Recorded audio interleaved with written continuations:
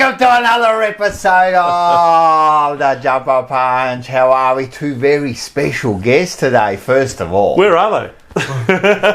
Still waiting for them to come. Well, so we had to get used to. So they left, so we got used to come in. We're the bottom of the barrel here, Ramo. Yeah, we just like last minute. Yous are the Lewis Young of the football club. Just come in last minute. Yeah, I feel like the Paddy Dow. The Paddy Dow. No, but at least you got a gig. I've done more than enough to deserve a regular gig, but I don't get a regular gig. You get a gig, mate. That's the one. That's the one. Right away. Well, you think you've done enough, but you really haven't done. You haven't reached those targets. Nah, I've only organised about 45 interviews for him, but no, I still don't You get on every week, so that's pretty good. Yeah, that's true. You do get on every week, but anyway, for about 4 minutes in a 3-hour show, and then an hour the next day. Yeah, that's right. We got Big Vincenz. I'm back. Can you believe it? We're back. Nice to be back. We also got a very special guest all the way, man. You know how much this cost us? We had to get him all the way. We flew him in from Dubai. First class. A great experience to the management. Yeah. Ramo. Now, I just know you as a Ramo. Yep. You can call me Rambo. Ramo? You can call me Rambo. I call you Rambo? Yeah, that's true. Ramo. So you're all the way from Dubai. Big Carlton supporter. Welcome. Yeah, welcome. Thank you very much. And great friend of one of Jumper Punch's favourite, Rash. Yes, yep. Been mates with him for a long time. My whole life, yep. Yeah. There must be this thing with these guys from Dubai. They only have one name: Rash, Ramo. Yeah. They're like Madonna Rocco. or Prince. Yeah. You've learnt from them, haven't you? Yeah, just the Rocco. You never use your surname. It's just Rocco. Yeah. So you've come down. You're down here for like 4 weeks. 4 or 5 weeks with the family. Yes, nice. First time since 4 years ago. So really? Yeah, since pre-COVID. Really? Oh yeah, 4 years ago. Wow. Carlton weren't doing any good those days either. No. Yeah. This is good. But you've come down. Been We're here winning. 2 weeks. 2 wins in a row. People are telling me to stay, don't leave. How long have we got you for before you head off? I head off end of July, so I've got 3 more games. My last game's a Collingwood game. Oh, now that'll be a big one. Wow. So could I go 5 in a row while I'm here? Mate, I hope you do. That would be amazing if that happens. we do 5 in a row, man, I'm telling you. I'm saying. Hang on. We've already done 3 in a row. No, if we got Port Adelaide will be 4 if we win that. That's true. God forbid. 6. We're West Coast 5, and then Collingwood will be 6 in a row. Yeah, if we do 6 in a row. 6 in a row. But he's seen 5. Oh, he's seen 5, Yeah. right, okay. We do 6 in a row, mate, I'm telling you, I'm ready to rock and roll, mate. I'll be ready. I'll be changing my flights. Yeah. It'd be cheaper for me to stay here than go there, then come back. Come back for the grand final. Yeah. Oh, you're saying you've only seen... Okay, so you didn't fly to Perth on the weekend then? No, I didn't. No. Okay. Yeah. Well, that's but he's enough. seen it here. As a matter of fact, it's 1 year since we went to Perth. Yes. So we'll get onto that, but since you're trying to take over the... No, sorry. I just thought I'd mention it. But what we're going to do is we're going to order some coffees, eh? Why not? I think I've seen this before. Have you? Do you know the number he's got to ring? You know the number? No, I don't. You don't watch the show enough. Hey, how you going? Yes. Oh, the lid's off. Yeah, for sure. Better throw it out, mate. We're ready to rock and roll, mate. Oh no, Port and Collingwood, no way, mate. We're just now going to cruise until we get to the finals, and then we're going to really put out a good performance, huh? Yeah. All right. Yeah, you better order some Kool-Aid while you got it. No, I've been drinking the Kool-Aid all week. Let's get some coffees and some food. Yep, thank you. All right. No delivery person, so Big Vincenz. I noticed a lot of Blue Abroad people have been drinking the Kool-Aid over the last 24 why not? hours. I've got something to say about that, but why not? Let's have a bit of fun with it, eh? Why not? I hear the door knocking, Are they? and you're not moving. Oh, okay. Is They're that gonna go. All right. I thought you Well, you're sitting in the position now. Okay. I'll go and get it. While you're there, we are proudly brought to you by. Do you remember? All right. Northland. Snits. Yeah, Northland. Never tried them though. Haven't you? Well, I haven't been here for 8 years, right? So it's Yeah, actually, you're right. Snits would only be here for I think about it started like 1 or 2 years before I left. I reckon you're right too, because I remember first seeing it, I'm going to myself, In the city. wow. Yeah, they sat in the city. In They the city, did too. that's right. Now, especially for our guest, we've got something a bit interesting this week. Ah, we got Look some. at this. Put that there. Look at that. There's the Put that coffees. there. Yep. So we've got some I don't even know, but these are like Lebanese pizzas and some baklava and some Just for you, Remo. dessert. No, I'm not Lebanese, right?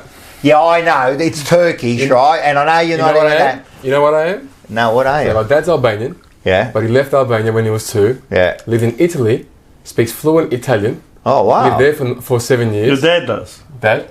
And then he went to Brazil. Now he speaks fluent Portuguese as well. He Oh, was there wow. for 11 years before he came here. Wow. And mum's an Aussie girl from Shepparton. Oh, really?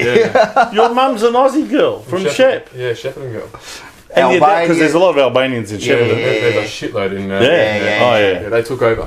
That's unreal. Didn't they? Amy, What? you just want to Yeah. close that door? Yeah. Yeah. Make sure the So he speaks. No, the no. local robbers He's don't get Albanian, in. he's Italian, he's Brazilian, and he's Yeah. now Australian Yeah. for the last probably 50 odd sort of years. So. Yeah, that's amazing. Right. That's I had amazing. no idea. I thought maybe because Rash is Lebanese and No, the majority of my mates are Lebo, so I'm there. Are they really? That's why, yeah. Yeah. Because I So- grew up in that same sort of area where... whereabouts all the did you boys grow were up in Melbourne? In Newport, sort of Williamstown. Sort of Okay. area, so, yeah. Newport, Williamstown, Altona. Newport. Newport mainly, and then the parents moved to Hoppers Crossing, which was a bit of a ball lake, but Nice. yeah, Western boy. Western Oh, suburbs. Yeah. Well, we're the northern suburbs. I'm more the Coburg Brunswick Running out. line. You know, I think I've got to I love go. it. the same tram line that goes past Princess Park. Yeah, exactly. This one here, Reservoir, I've got to go and High Street Man. milk the panther. You got to get some more. He's got to get some more, man. He's full at the back there. I'll milk him during Good the old week. grappa. Medicina. Well, thank you very much. Thank you very much. Celebrate the win, and also you. Yeah. Welcome back to Melbourne. Thank you very much. Yeah, welcome Glad to be back. here. And go Blues. I use this skull a bit. I don't. You can enjoy it. How's Beautiful. Nice. Delicious. Love it. All right. So we are back here. We've got a big game to talk about. First thing, do you know it's a year Since what? since we went to Perth last year and we smashed No another, kidding. we smashed another team. Yeah, West Coast Eagles. They're Similar like- margin too, wasn't it? I think it was 60-something points Yeah. last year. They're like our bunnies now, aren't they? We're good there. It's like our second We've home always ground. been good. We're We've good always there. been good, and Yeah. it's a great ground. And what we have here, before we do Not only that, Rocco, we've got a fantastic supporter base in Perth and Always Western have, Australia. They've always been very strong. Here and we very go. vocal. Have a look Oh, at there they this. are. Remember that? We were That's, over there in Perth. Who's that? That's all of the gang from the WA Blues who do a breakfast show on 91.3 Sport FM in Yeah. Western Australia And every that's when- Saturday morning. that And was you can it. hear it, by the way, if you tune And in. that was at the when we did the before the Yeah, breakfast with the Blues, and then And- that was the pre-match function. that was a pre-match function. And then there you we saw are me on there the in ground. front of the whacker, and there we are at the ground. And remember this when we got the wolf going? Yeah. I was emceeing, and Rocco's there with his jacket on, Very sharp, mate. Always. revving up He's the a- and here he is with the Yeah, eagle mate. from the West Coast Eagles, the Eagles Look at this, mascot. mate. Give him a nice jumper punch. Get back.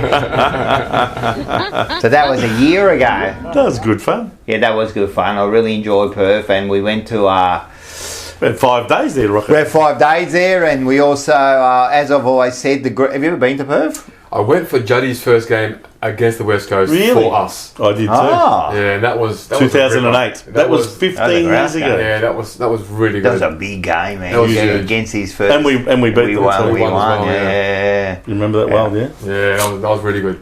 And I was right at that age where the after party was actually quite good as well. So, Yeah, so that's at the So was I.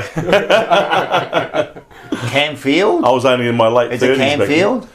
The Camfield wasn't up and running back then. Oh, wasn't it? It is now. Yeah. But because it's next to Optus Stadium. Back in those days, it was Subiaco Oval That's that we right. went to. Yeah.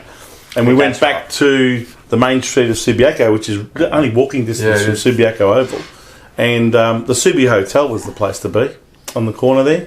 A huge fan base there. Huge, that day. Huge. huge club. They are. They're very huge. They're very huge. But we were saying with Ramo, we've got to thank who? Snits. Of course. Northlands, and they got now. If you subscribe to either Blue Abroad or the Jumper Punch, you get 17% off everything. Was it? That's a good deal, mate. 17% That's off. brilliant. Right.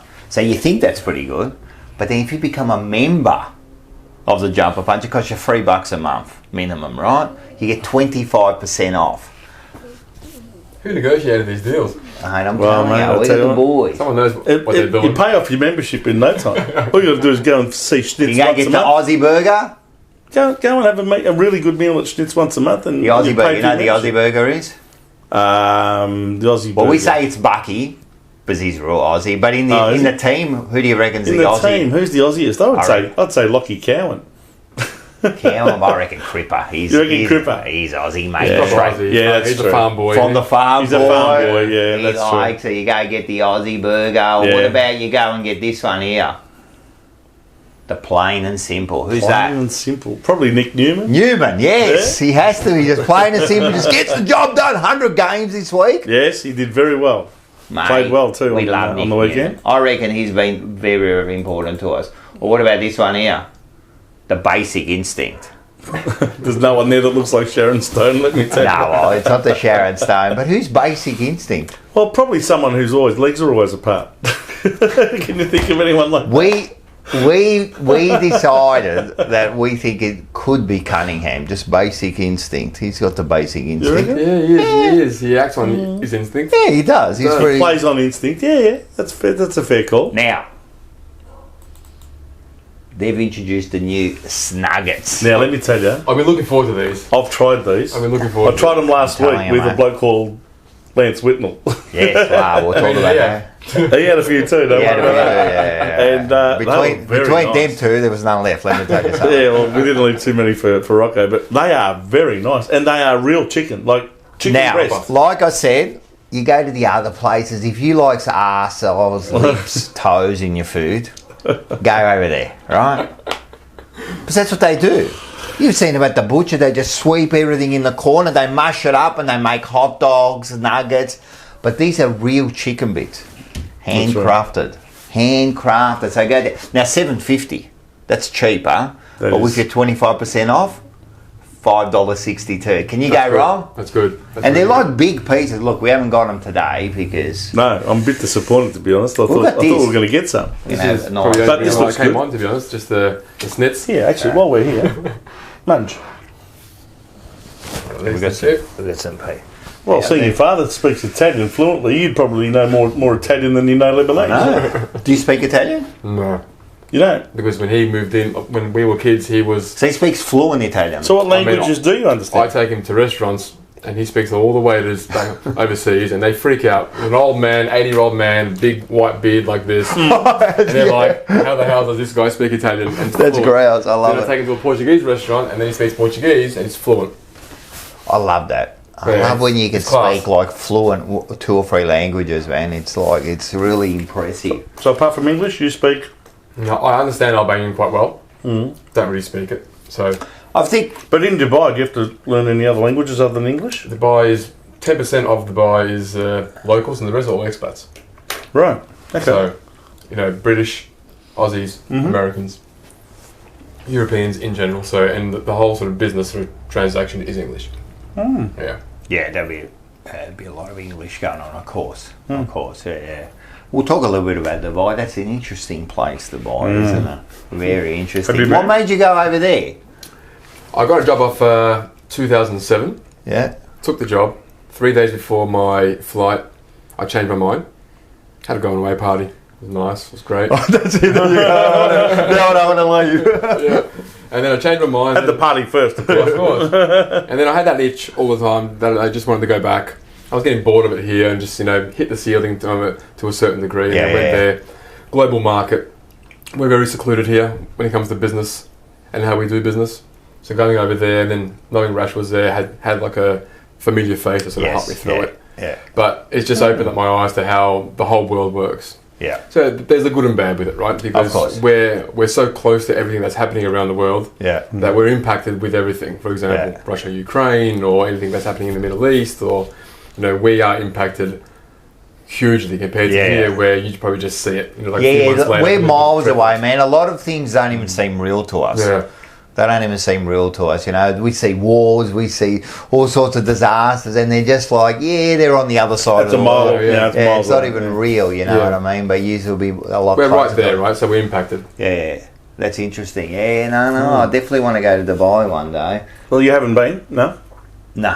Okay. Well, you got to do it. I went once. For a holiday, it is absolutely 100%. insane. I went once on the way back from Europe, just as a little... I think a lot of Trip people about 3 do that. days They just to go break off and up the stay a flight. couple of days. Yeah. Yeah. Mars So is good. going to be there soon. Yeah, that's right. Mars will be there. All the best to Mars, You wherever reckon he is you in the go world. there? Yeah, all the best. But, talk about Mars.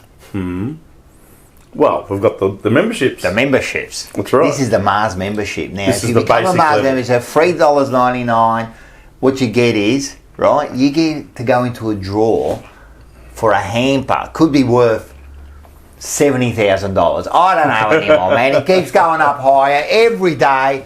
I don't even know. We've got a poster there that could be worth, like, who knows? True. Who knows, man? So True. you get like a jumper, you get posters, you get the Merino Brothers pack. I'm telling you, that's got to be worth $3.99, doesn't it? And you get your 25% off. But if you want to go next level, of course, you go to the Ladies and gentlemen, would you buy a car from this man? Rocco. Mate, I'm telling you, for $7.99, Here we go. This is the Rocco. not get all only the go things- into the hamper, You got all the things that the Mars will give you. What else Plus, do you get? you get a chance to sit where you are. Oh, there you go. That's right. You see? You can't buy that. No, you No. can't buy You it. can't buy. I'm telling You you. can't see Ryan where he is. And you get a chance to have a kick with Ange. Ah, How good would that be? I got a story about Ange. Everyone's got a story about Ange. 95, Ange, my You sister too, huh? was studying psychology. Oh, was he? My sister was. Oh, your sister and, was. And part of her sort of, I think, the final year in Melbourne Uni, she had to do some sort of work experience. And she went to the Carlton Football Club, being like a crazy fan, and she worked with him with the sort of sports psychology with Ange for that whole year. And he disclosed some sort of, insider sort of secrets in that 95 year. For us. Really? Yeah, he came over to the house. I was like a 15-year-old back then, so Seen took photos Ange, with would've- Ange. Me and my brother taking photos with him. Then Kuda came over one day. We were just like, Oh, what the hell in 95, you see Ange and Kuda. Yeah, so Wow. they had this mantra in 95 where, I think it was done by Parkin, that during the game, whenever there was like a ball up and they had to pick up their teammate, they would whisper into each other's ears saying, "We can't lose." Ah. So, and then he would bring the notes, so the assessment from Parkin on his game every week, and he would bring it to my sister, and then he would talk about how it made him feel, and then she would help him through it. That is bloody inside info. But their whole mantra for the whole Because season was, Parkin- we can't lose, we can't lose. That's why they went 16 in a row. Well, Parkins used to do the whole, what was it, the retro, what was it called? The In retrospect. in retrospect, they used to do for every single player. So Ange used to get that, then Yeah. go and speak to your sister and used Speak to my discuss sister it. And discuss it. Wow. And I was there like a 15-year-old, just licking my lips, like, "Oh my god, give me something! Let me read this. What does Parkin think of this person or Wow. this person, and so forth?" And some of it was brutal. Games that we thought that he was amazing, Yeah. Parkin would tear him to shreds on Wow. certain little basic Well, fundamentals. that probably explains, Rocco, why Ange told us in that interview we did with him, even in 1995, when he was an All-Australian player, Premiership player, he was worried every game as to whether he was going to get picked the following week. Standards, right? Yeah. He I thought think they were- if he had a bad game or a very average game and we happened to lose or we didn't win by that much, he was worried he was going to get dropped.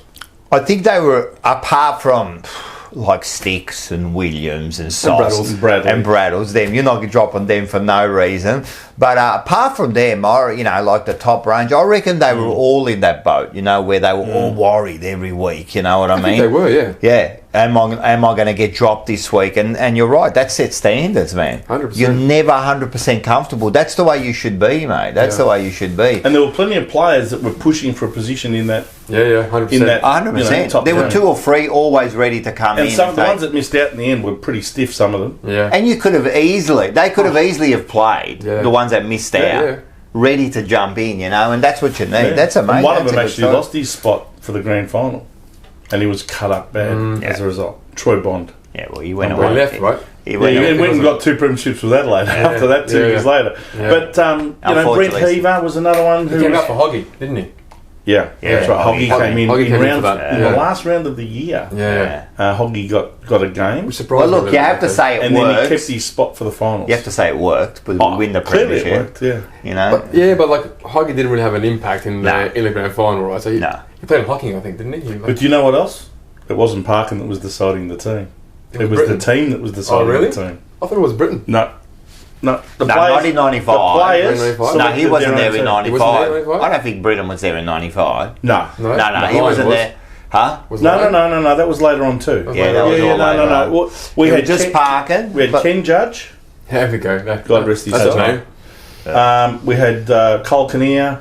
Adrian Gallagher was in the box. I think even was Mark McClure there then? I'm pretty sure he was. So Not sure. Yeah. we had a real Carlton flavour to our selection committee, but the players were the ones that decided who warranted a spot and who didn't.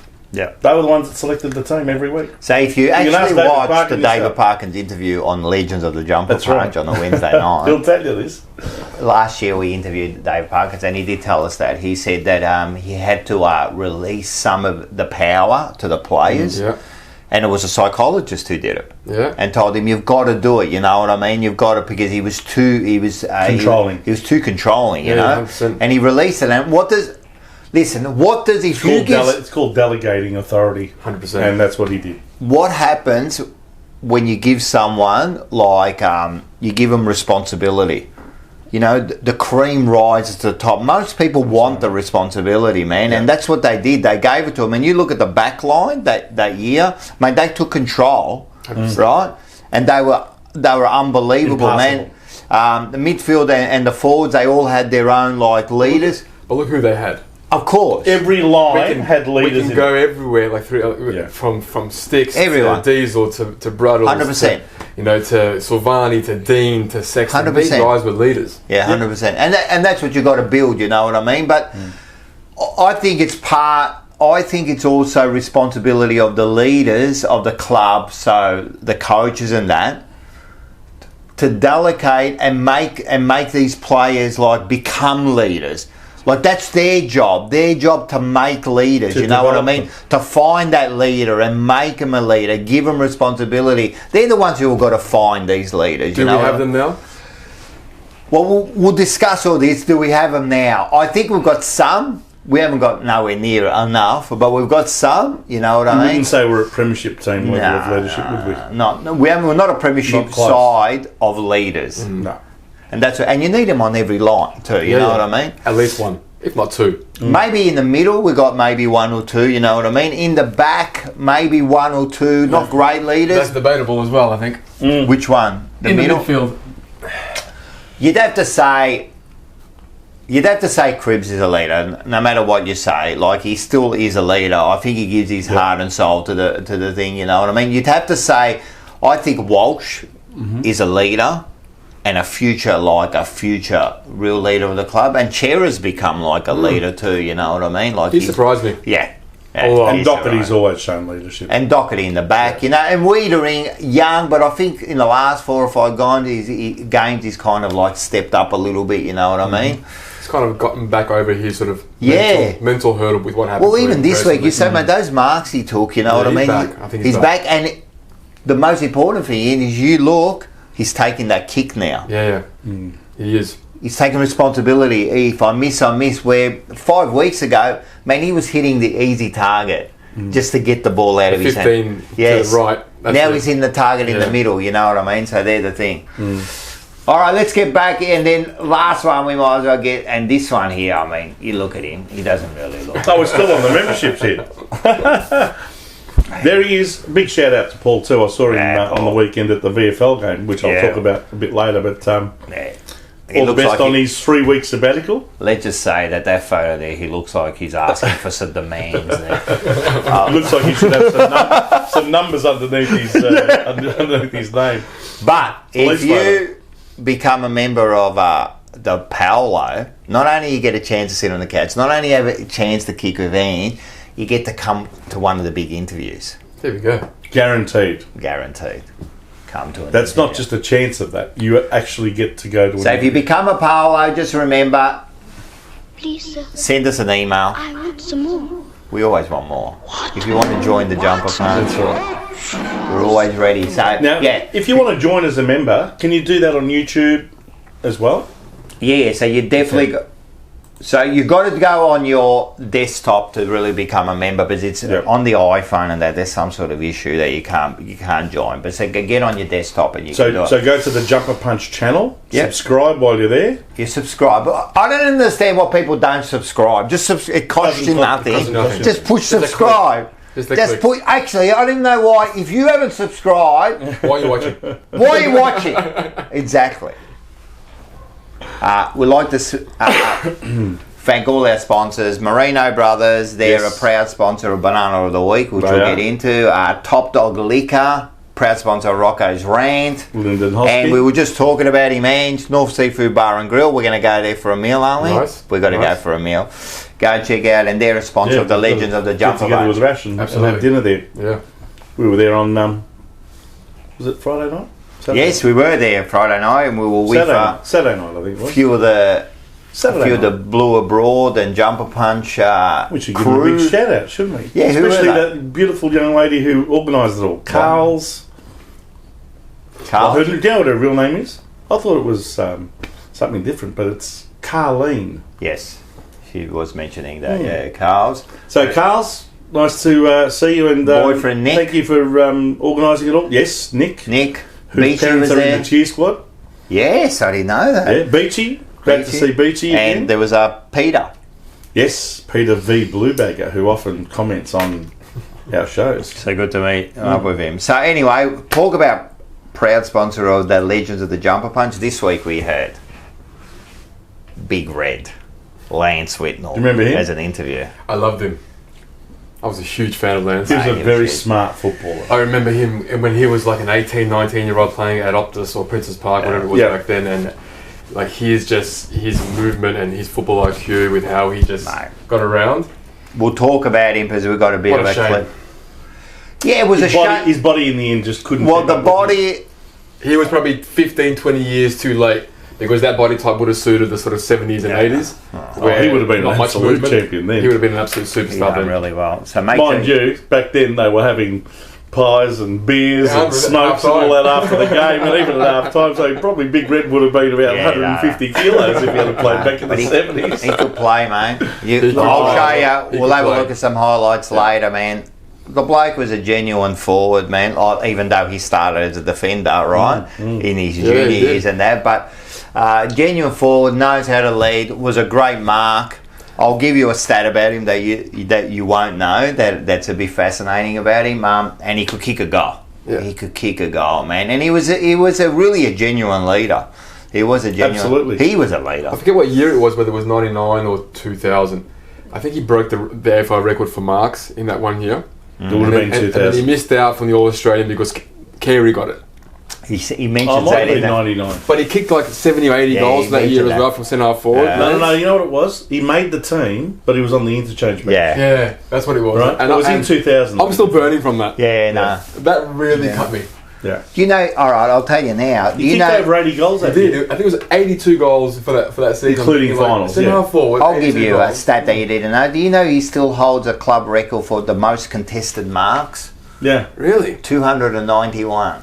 I'm telling you, the bloke was a beast, man. You don't was, realise how good he was. Well, I think the people that watched him understood how good he Yeah. was. Yeah. Watching him live was better too. Oh. Because his movement, I mean, where to run. We always run said and he lead. was so smart. Yeah, yeah. Like he knew where to lead. Yeah, yeah. He knew he opened His up the connection ground. with like the midfield was amazing. To think that, you know, when he retired, which was at the end of 2007, he was barely 28 years old. He'd only just turned 28. Yeah. I mean, most forwards of his nature would play till at least 31, 32. Yeah. Easy. Some And he even probably- go to, like he Kernahan probably- went to 34. Yeah, he probably could have. But anyway, you know, we'll he talk was- about him later. Yeah. I think his career was cut Because short. we're not doing because of Legends of Jumper Punch right now. we're not. So That's right. we've just used up all our material on him. this. Oh, well. Uh, We swing around and come back. another show on Sunday nights, Blue Sunday. Hasn't that become like a bloody favourite of people with our favourite. Yeah, not me. No, not you. He's pointing to me, but he doesn't. No, because I want you to say it. 1979 Premiership player. Peter Brown, what a fantastic addition to the team he's become. And Brownie doesn't hold back. He doesn't care. In fact, if you watched the show last night, no, the night before that, because we're going to do it on Tuesday. Well, what we're going to do is we're going to do a bit of a clip about it. Yeah, so let's watch. You'll hear how he goes for it. One of the things that I thought of throughout the game was whilst Young and Silvani were battling as best they possibly could against opposition that was clearly higher than them, although Young did I thought contest okay. It just meant that our midfielders and our guys around the ground, our wingers and stuff like that, small forwards, have to work harder around the ball. And to me, that was really, really telling. I thought it's clearly something's clicked with this group. I don't know what or why. Maybe it was when they were berated by the supporters on their way down the race after they lost to Essendon. I don't know. Yeah. But something's triggered them, and something's made them decide as a group to really get together and play for each other, because that's what it looks a lot more like these days. Well, in the last 3 weeks, anyway. To answer DC's question, I don't care what he said, just keep it up. What do you think, Brownie? What do you put it down to? It was interesting. I looked at his. It might have been his 3/4 time huddle, or it might have been the quarter time huddle. I'm not sure, but he seems a lot more animated than what he has been. When earlier in the season, when he was actually coaching safely, I'll put it that way, he definitely wasn't as animated as what he has been in the last 2 weeks in the huddle. Yeah. So I would suspect that not only is he coaching for his career, but he's also, these players are playing for their careers. All right, there you go. So there's Brownie, mate, straight to the point, Brownie. And you know what's the best? Sometimes no other show's got that. No. You think about it. Where else you get a premiership player giving you... That sort of insight. That sort of insight every week. And I've noticed, like, with Brownie, and then when we talk to, like, Ange and that, they look at the game different. Look, we look at it as spectators. And then as fans, So we kind of see what we want to see. Yeah. But they see differently, like they see it as a footballer, you know what I mean? And so the inside there is great. So everyone catch that on Sundays. Yes, it's back at 7:30. Sunday back at 7:30 p.m. So it's a great opportunity to review the round that's just passed, and we concentrate obviously on the Carlton game, but we also look at all the other results and the ladder and have a bit of fun as well at the start and at the finish. My Omen Bet of the Week's the most the most popular segment on the show. The Omen Bet of the Week. I mean, if you actually get one right one day, maybe that'll work. But it's like Omen Bet of the Week, but don't it's all based on the name of the horse. Don't listen to his tips. Yeah. Don't forget. Go hard too. It's a bit everything. Don't worry about gamble responsibly. But the other show, like that's a bit serious. But the one on Wednesday night, Forever Rivals. You got to catch that. That's with the big four supporters. We get together. We just give it to each other. We've got our favourite Manny on there. So this week, last week it was this. Actually, you know what? He moved slightly across the map. Manny, I would shut up now because you got no idea. Tell me how that was play on. I agree there. However, wait a second. Whoa. What, you agree about what? The fact that the moment you decide to move across the way he did, that's technically play on. Am I right or not? I'll speak to Quinn about this because he would know more about this because he's more knowledgeable than you two put together. Yeah. You actually can do your natural arc. Oh, you can? You can do that. Franklin does that. You can do your natural arc. That's not a play on. That's not a play on because it all happened with Buddy. Buddy does it all the time. Buddy does it all the time. No, and that's right. And since the Buddy kind of incidences, you are allowed to do your natural arc. So it's not play on, Mark. So there you go, Mark. That's been going there for now 5 or 6 years. when you go for your kick, you can do your natural arc, and that was a natural arc there, mate. So Yeah, Mark. sorry, Look, you've got to mate. stop with the excuses, man. Yeah. You've got to stop with the It, excuses, Mark. it was slightly across the mark. But anyway, look, you can't, regardless No, of it what wasn't. happened. It wasn't slightly. We just finished I telling said you. that. Look, You can I've do got- your I've got a- natural arc, you big I've got a- banana. I've got a philosophy here. We won't get into the segments here, but when the siren goes, could be Yeah. a talking point next week. When the siren goes, that's it. I reckon there's no kick after the siren. You've got to just play on. Now that you covered after the siren, there's no So he's kick taken after a mark. the siren, He's is there? taken a mark. That And he's opens up a kicked can the of goal. worms then. Well, I've got to say, I don't know what you're going to talk about this week because all 4 teams won. Yeah, no, it's going to be interesting. It's not like you can have a go at each other this week. But Nah. it's good that you've introduced that You still segment, can. Rocco, the mannerisms, because they love are it. they're growing. That list is growing He's every very week. careful now what he says because I add it on the list every time he gets something wrong. But I'm going to add that one there because he thought that, Yeah. and Mark too, that Yeah, when he went around, and you know that you can do your natural arc. yeah, so, of course. So you can't. And then Mark was trying to make the excuse. This was against the Paul game that, he was off his mark when he's, come on, mate, take it easy. You bunch of drug cheats. But by the way, I meant to ask you, Mark was suggesting that the game should finish. You were talking Yeah. about whether you should have a draw or extra Yeah. time and all that sort of thing. Yeah. Mark suggested that doesn't matter if you've taken Well, the mark I'll show you or, some- or whether you got a free kick. Once the siren goes, end Yeah. of the game. You don't get your kick. Well, he's afterwards. another banana, right? Well- Because he reckons like, no other game does that. And then the comments yeah. started coming through. NRL does it. The America football does it. Like nearly every sport continues on after the siren until the play's finished. You know what I NRL mean? does. The NFL is a bit like different. They have their play if the ball's in flight while Yeah. while the quarter goes, then you can still catch the ball and score a continue touchdown, on. Yeah, right? 100%. Like you can't throw. Like, you can't you snap can't. the ball and then after the No, Yeah. but it still does continue after the time. Yeah, it you know does, what I yeah. mean? And Yeah. so the AFL's got it. So to think that, but amazingly, he said that after they lose after Yeah, the of siren, course. you know, and it's ridiculous. And I actually come up to think I don't reckon there should be draws. I don't really? like the draws. Yeah, I think that they should play on.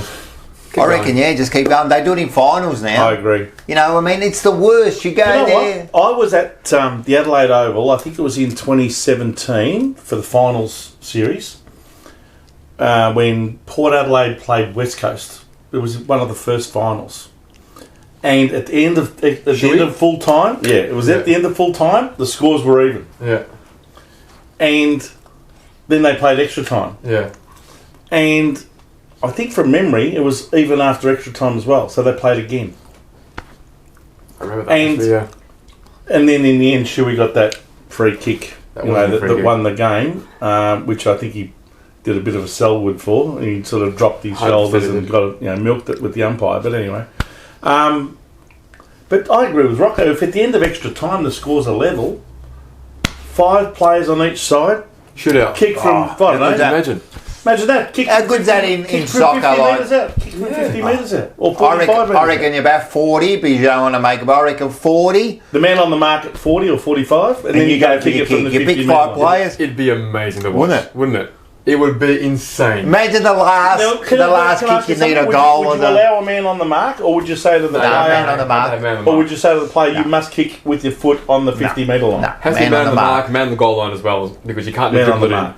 Yes. in. You can't dribble it in. So you have 1 and 1. Yeah.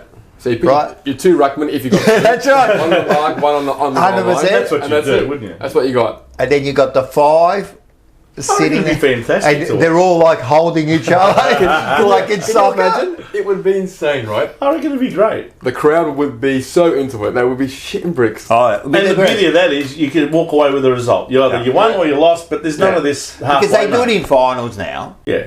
Because they used to replay the finals Yeah. the week after, and then they replayed the grand final. So they've done it there, and I understand about the draw and all that, but I don't know. To me, like, I want to leave with a result. But People say, but soccer's got draws. But soccer's the type of game where you can, you might only have one or 2 goals in the Exactly. game. It's low score. Our game shouldn't have draws. yeah. So you got 1 or 2 a year, Yeah. mate. Just do the thing, Yeah, and And that's as it. heartbreaking as penalty shootouts are in soccer, everyone still loves them. Secretly, when the game finishes Oh, after 90 minutes, they don't want that 30 minutes in extra time. They want to go straight to penalties. Believe me, as an and that's it. an Italian supporter, 2006 World Cup final, Yeah. and of course the 2020 Euro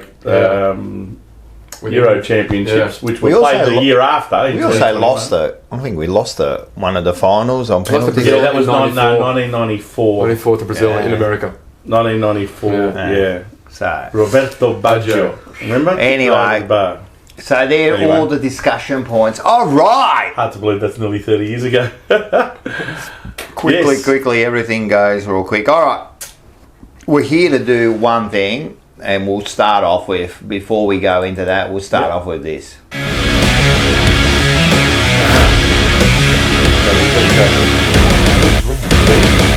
Okay. 1, 2, 3. Rocco's Rants! I didn't know that was coming. Yes, you did. All right, this is proudly brought to you by Top Dog Liquor. Lyndon Hosking. Lyndon Hosking. You know Lyndon Hosking? Commonwealth boxer. Yeah. Don't know him. No, but you do now. He's the owner of Top Dog Liquor, and he's a Commonwealth boxer. And Liquor wholesalers, they are. I forgot he's the bloke who won the welterweight. Who was that? Oh, yes. I forgot The Australian. about- Anyway, Yeah, he was under his name. camp. But Yeah, he went over there, I think, to support him, didn't he? yeah, 100%, 100%. All right, Rocco's Rant. This is going to be a simple one before we get into the game. Yep. I just want to say this, right? Now, we've had up to 4 weeks ago, it was an ordinary year. And we were asking. That's generous. Ordinary. Yeah, very ordinary. And we were asking for things off the team, off the coaches, right? And now in the last three wins, right? Yep. We've won 3 games, and every time we win a game now, there's an excuse by some supporters. What do you And- mean excuse? Well, first of all, it was Gold Coast. Oh, it's only Gold Coast. Win by 10 goals. All right, it's only Gold Coast. You know, they're over here. Of course you're going to beat them. It's cold in the middle of winter. Are we? Were we supposed to win that? We bloody lost 6 in a row beforehand. That was no gimme, right? And before that, it was the Essendon game. It was the whole thing. They got berated. Yep. We asked them to play a brand of football. We asked Voss to do some changes. He was doing it then beautiful. Then we had the break. Then we do Hawthorn. Then we beat Hawthorn. And Yep. then it's like, Oh, Sicily's not playing. oh, Sissy not playing. It's only Hawthorn. They're shit. You know what I mean? What do you want? You know, like, oh. And now we beat Fremantle over there. And straight away I heard things like this. Oh, there was a few fumbles. Imagine they play like that against some bigger sides, you know? Oh, it's only Fremantle, you know what I mean? Oh, did you see in the last quarter, they kind of relaxed, you know? Like, oh, where has that been? Guys, relax, mate. Enjoy it. Enjoy what we've done. All I'm saying is the team isn't finished. No. There has to be changes to this team, Still right? a work in progress. Mate, there's got to be coaching, and I'm not saying Voss, but I'm saying there's got to be coaching changes, there's got to be board changes, there's got to be player changes. This can't be the same team. Next year when we start round 1, this cannot be the same organisation. It can't be if we want to improve. But at the moment, we've asked them to do certain things, and they're doing it. And they're doing it well. Yep. Have the big challenges come yet? No, not yet. But let's get there. But all you negative Nancy's, mate, like just trying to make a name for yourself and trying to be, just relax everyone. Like, enjoy the win. Mate, that was a good win. Look, even in the That old was a days when good we were a really successful club, if we beat a pretty average side by 10 goals, we'd be happy with that. Yeah. 10 goals is 10 goals. 10 goals in Perth. You know. Against Fremantle. Away Well, against Fremantle. Yeah. Typically the umpire's on their side more often than not, right? And they were. So and just how they started was just amazing. Of course. So that was on. So that Yeah, was of on course. from minute 1. Of course. And it's that pressure that. So as a fan, you say that we were asking for this. Okay? Yeah. So we're not asking for Silky Hawthorn great skills back in their sort of era. Yeah. We're not asking for the amazing quick ball movement from Richmond in their glory days. Yeah. Just recently. We're asking for effort. And that's what they did. And all those players, even the ones that are in the 2s, can apply that sort of pressure and give that sort of effort. Yeah. So the reason why, and I'm going to make an excuse for these, very one-eyed negative Carlton fans, because my brother's one of them. It's very hard to talk to. There seems to... Okay. So very hard to satisfy. They're so inner scarred now. I understand. That they almost don't allow themselves to actually celebrate and actually be joyful for what is a great performance against a good side interstate. Yeah. Because they are just so used to looking for negatives. Yeah. No, and I do understand that. So what we'll do is we'll go straight into it because we're going to talk about this game. So this is...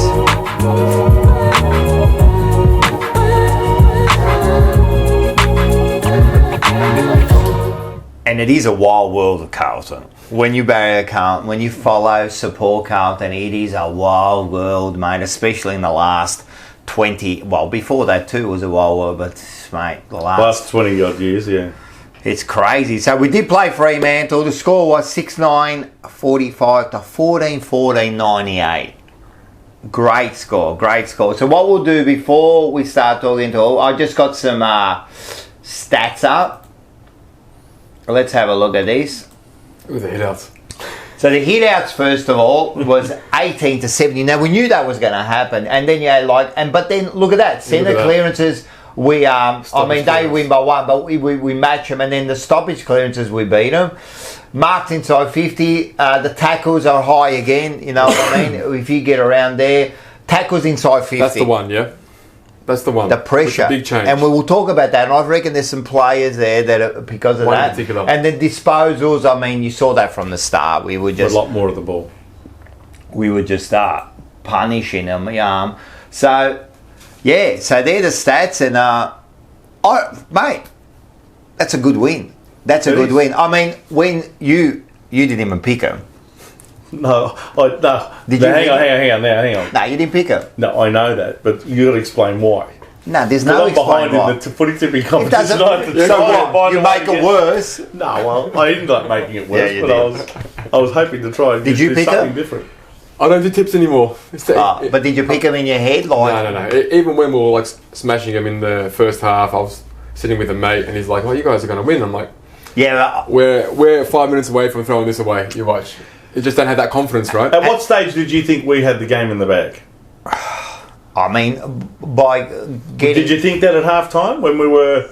You couldn't have. No, at half-time. What was it? 6 goals to 2 at half-time? No, we were only 4 goals down. That's nothing. So, no, I wasn't there. I think it was near the end, coming 5 minutes before the end of the third quarter. Yeah. We were 50 points up, and I'm thinking to myself... The third quarter, we kicked 6 goals to nothing. They got to kick 10 goals to nothing to win, you know what I mean? But even, you're right. So what was happening is we were kicking all those goals, and then they'd kick one, and I'd get worried. Get nervous. Straight away. And all they've done is kick one. You and everyone else, though. Yeah.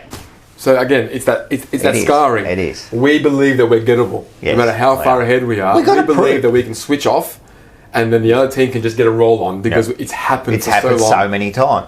And listen, I understand that from people. I understand that. And we've got to prove ourselves. Yeah. Not only to themselves, we've got to prove it to the supporters and prove it to the opposition teams. They still don't believe that we're that good. No. And I'm not saying we're that good. I'm just saying they don't believe we're a 10-goal win aside, every week. I think they still think we're a fragile I'll take this side. a little bit more seriously now. 3 games in a row that we've won by it's a little bit more serious. Ken Whitley this week, coming up with Port Adelaide, he'd be thinking, Are they furious? We can't take these guys too lightly here. I'm not saying fear, but you wouldn't want to be turning up thinking it's all just going to happen. Yeah, probably 4 weeks ago, Ken Whitley's thinking this is an easy game for us. 4 weeks on, and he's thinking, holy shit, what do I do here? Yeah. You got 3 wins now. You're coming up. I'm right. You got 3 wins. That's pure grappa that he's put. Yeah, so it is interesting, you know what I mean, how... Look, to me, the game, like you were talking about it before with the mental side of it, a lot of it is mental. So much of it is. Right, because we are not a bottom 4 list. No, we're not a bottom 4 list. No. But we were playing like a bottom 4 side. We 100% were. So where does that come from? How can you be better than that as far as your personnel? Because they're good footballers, and you see that. but then you play so bad. You play so bad for so long. Yeah? So that's got to be like, and now I notice like with a little bit of confidence, they're running forward of the ball. They're linking up. Yeah. They're taking on that kick. Yeah. Now Harry too. He played well. He's going back. He's kicking a goal. You can see the confidence in him. He's going back. He's not thinking about it so much. You know what I mean? They're running forward. What are they doing? The first thing they're doing is they're looking for players now. You know what I mean? They're not just booting it up to the bloody Harry and Hope. And every once in a while when they do it, they're good enough to take those marks, you know? So do you think from last year's heartbreak of just missing out in the finals, you think over the pre-season Voss and his team overcoached and overcompensated on the defensive side to try and sort of just stop that from happening again? Could be. It could be, because that's what it kind of looked like when they come into this season. Yeah, like the first game with Richmond, it was a draw, and then we won the next few games, but it was not enjoyable. They weren't playing good football winning, right? So it was just like that stagnant kick Even the win over North Melbourne, yeah, it was just like, okay. 23 points or something. One good quarter, it was pretty, in the third quarter. GWS was 10 points over there. Yeah. They almost beat, they were leading in the last quarter. The best win was round 2 when we beat Geelong. Yeah, exactly. Not that we beat them by a lot, but boy, they were gettable too. They were gettable. They were like a horse who hadn't even left the stall. Yeah, exactly. Right, and we won, and they were great wins. And then we went, and I think that like that, not only the Collingwood game, the whole last 4 rounds, right? I think that mentally scarred us. Yeah, because we couldn't get over the line. The Adelaide smashing, the Melbourne game.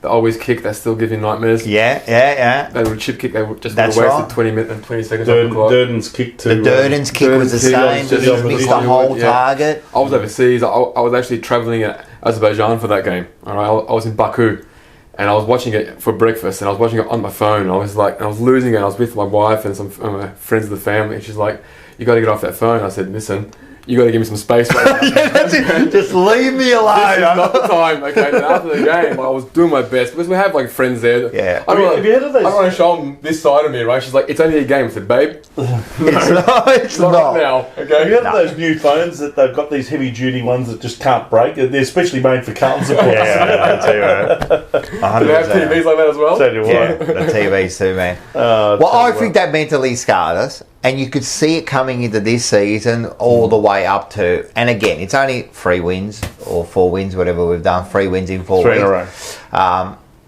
I think it mentally scarred us because really, and also I say, the last 4 weeks, mentally, what they were saying and the supporters, and I've always said, whatever the supporters feel, I think the club feels. It's kind of like I think more so than any other club as well. Right. I think the connection between the club and the actual supporters is probably stronger than any other. I think they feel the pressure that the supporters 100%. actually put on them. Now, what were we saying with 4 rounds to go? Everyone was saying we need 1 more win. Yeah. We need 1 more win. That's it.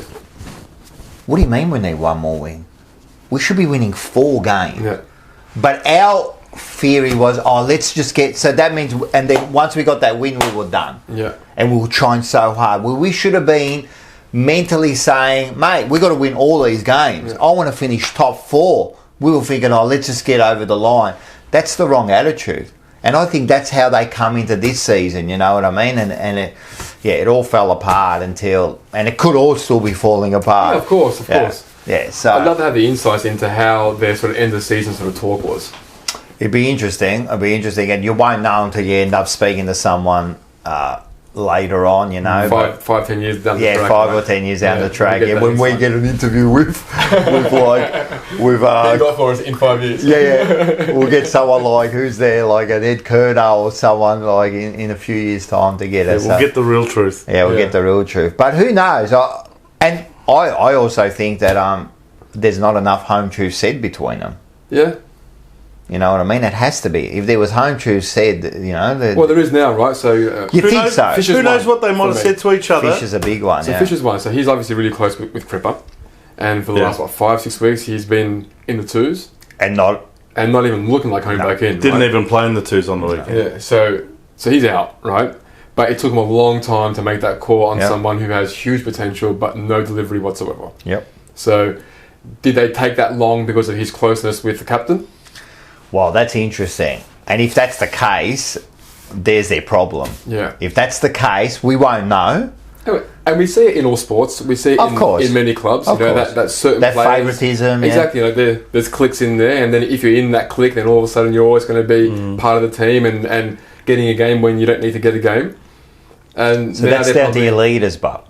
Yeah, well, that's, surely you can't allow. Why I brought it up earlier. I don't think we have the leaders. And you're right. We haven't got the full leaders, and also not just in the team, higher above. Do you want to get started? Ready when you are. Those leaders there, they set the standard. They have to. You're a father. You set the standard and how the family should run, right? And I'm not saying now all the women out there relax. I'm saying whoever the leader is. We can cut this out, right? No. There's no cutting out of this show. No, what I'm saying is whoever the leader is, right, at the top, right, he or she sets the standard. 100%. Or they. If they're slack, I'm telling you, the rest of the organisation falls apart. And I was saying this about work, right? At work, right? If we can get away with something, we'll get away with it. Human nature. Right. But if a standard is set, I'm telling you, man, everyone toes the line. If you let kids get away with stuff, they'll do it. Yeah. And some of these footballers are kids. Well, some. Most of them. A lot of them are, man.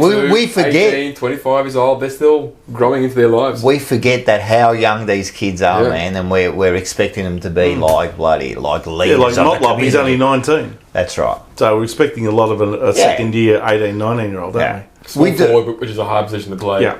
Week in, week out. But you know why? Because with Motlop, when we start on these kids, Motlop, like you see other guys, like other players from other teams, in their first year, and they dominate, and then you don't, and you go, but why? Because you've got the talent. So tell me why you're not at that level. You know what I mean? So why can't he tackle? He doesn't want to. So you'd rather jump up for Mark of the Year. Let's go to the top then. So why isn't this identified in the interview process when they're drafting kids? Yeah. That desire, and that this is your kind of like field, isn't it? So apart from recruitment, I am a leadership and strategy advisor for businesses. Yeah. All right. So and I do a lot of leadership training for CEOs or founders of companies, and a lot of it is to do with delegation, which is what we spoke about, right? So and empowering your team, the right people to make the right decisions. But your selection process and your strategy in how you actually move forward. So this is why I was asking those questions about Voss. What did he discuss with the leadership at the end of last year through that heartbreak? Yep. Did he acknowledge it as heartbreak? Did he fluff it and say, we did well, now we can move forward? Because I think you need to, like any problem, you need to address the problem and say, address it. This was a problem, this was a fuck up. Identify it to start with. We had a chance, 4 weeks, to win one game, we fucked it.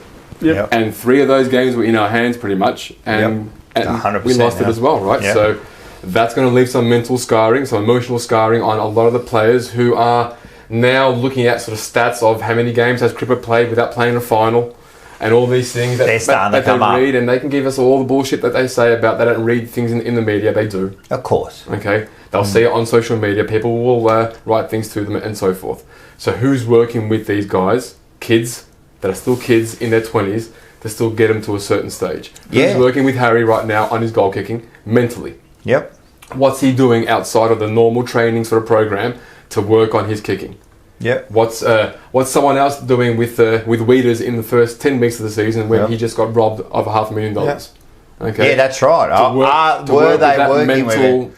Sort of thing of he just lost his entire life savings and he was shit for those first 10 weeks.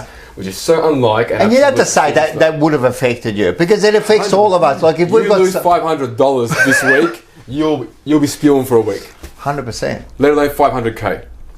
100%. So that's going to be 100%. killing him 100%. emotionally. So who's working with these guys? Yeah. And it has to be from the top. And my thing, and I speak to Rash online, good old Richard Hussain, and he always asks me, and I always say one thing. It starts not with. The board's one thing, and we don't have enough time for the board. Yeah. Okay? Because that's a whole different thing. Not many people have time for the board. Right. Don't worry about that. Diesel. Oh. Okay. I've been saying that since as soon as he got recruited, like as soon as he got into that position, I went, why? Well, why is he there for? You know what I mean? Like I don't understand. So, and now you see him just recently. When we're winning? What a shock. No, not even that. You've seen him in interviews just recently, right? He can't even remember games anymore. No. Like, he can't remember the 95 grand final. He can't remember how good he used to be with stats. He remember his own stats. His own stats. Yeah, now he says he can't remember them, right? Mate, is that like now by the club? Like, this is almost like... He's football director, right? Yes. Yeah. That's irresponsible by the club. It's 100% it is. That's irresponsible. And this has got nothing to do with Diesel. It's got to do with the person and the position. It's the people in power putting the right people in power. And also, now you said something too, asking the right questions. Are they asking the right questions of these people who they are putting into either the footy team or the footy department? Yeah. Are we asking the right questions of these people?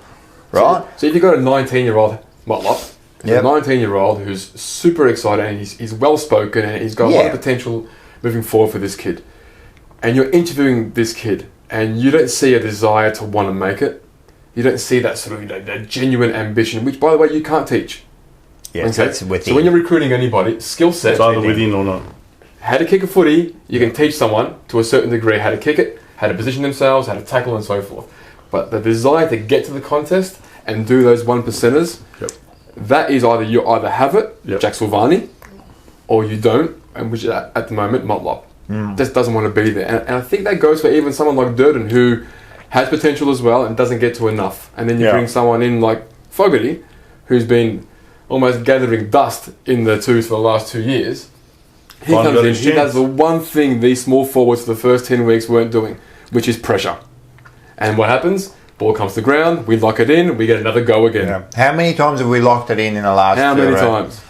And how good is it to actually lock it in? That's where I see the big difference with our team now, is you've got guys like Cunningham, Martin's come back. Martin he's fits good. and actually hitting the ball really and hard. Fogarty. And these guys have actually made a difference in the forward line when it comes to holding the ball in and creating opportunities to hold the ball in the forward 50 and kick goals. Yeah. And now we're seeing a lot more goals kicked outside of just Harry and Charlie. So now the opposition coach has got more headaches to worry about, not just those two. I think that comes with a little bit of confidence with the team. Like, as you said, now they're starting to look. They're starting to look at different. Sometimes that change of personnel can make a big difference. Oh, 100%. All of a sudden, Durden's out, Motlop's out. It's not only them, right? That's out. I'm trying to remember. But anyway, we've had at least 3 changes in our forward line. So that's 3 out of 6. But not only them, I just think of also Chincotta. Been so good. Boyd. So underrated. Boyd's amazing. So these people here, it's almost like they haven't been... I've been using this word. The other one is Kemp as well. Kemp is the other one. They haven't been Carltonised yet. They're just playing this free... And it's going through the team now. Carltonised. Carltonised. My old man used to say, he's been a fan for years, right? Yeah. And he's like, I don't understand why whenever someone comes to Carlton, they just somehow can't kick 50 metres. Yeah. You know, where every other team's got these guys who can just bomb it from 55. And then when we had Fev, he was just like out of his mind. Like, we finally got someone who can just kick it from 55 and no one else can kick far. 100%. What's in the water in like Princess Park for these guys not to be able to kick? If you notice the last 10 years, everyone that comes to Carlton leaves worse. Yeah. Like, they're worse off. Mate, if you go to an organisation or you go anywhere... You should be leaving better. Further developed. 100%. And as a person, you notice as a footballer, coaches, players, administration, everyone that leaves is worse off than when they first got there. But what makes it even doubly worse is that often when they go to somewhere else, they become better again. Because they're in a better environment. It is. Right? The leadership is there. 100%. Look at our assistant coaches. What was it, 2 years ago when they did the whole sort of clean out? All right. Did anyone find a job?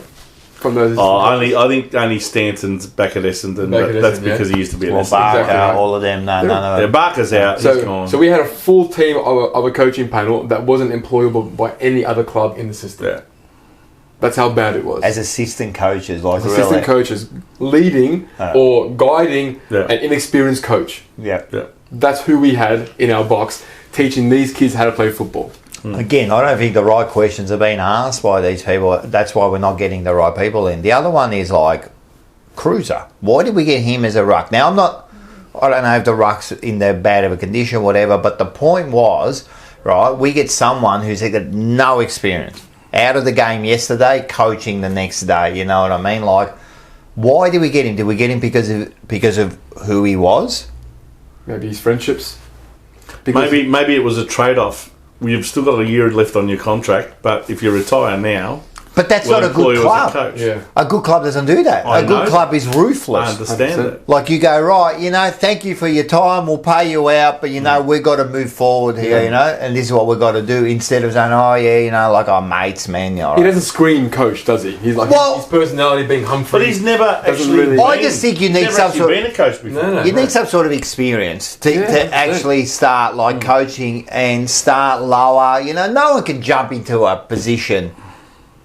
like of a high position and then off and running. I don't know how many people have done that. How are you going to judge how good he is when he's coaching Silvani and bloody Lewis Young how to do the ruck? They're doing better. They actually look, they're giving us a contest. They're at least giving us a contest. Yeah. They're just... Especially Silvani. You can see from the hit-outs, they're up against it. Hit-outs are the most overrated stat, I think. In the hit-outs to advantage is the stat. I think... Exactly.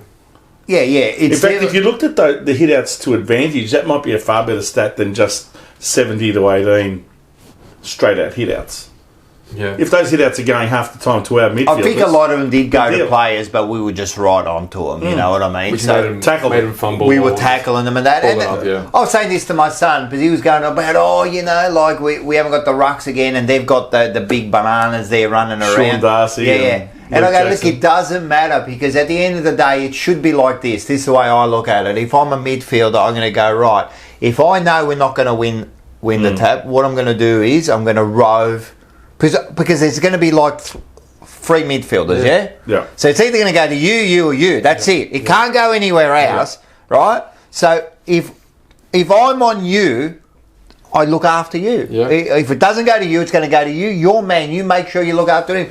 I know it's simplistic, but really you've got no choice. You haven't got the ruck. So that's the way you've got to play, and that they have been doing that. You know what I mean? They've been attacking. You want to look at some highlights? Yeah, of course. Let's have a look at some of the best parts of the game.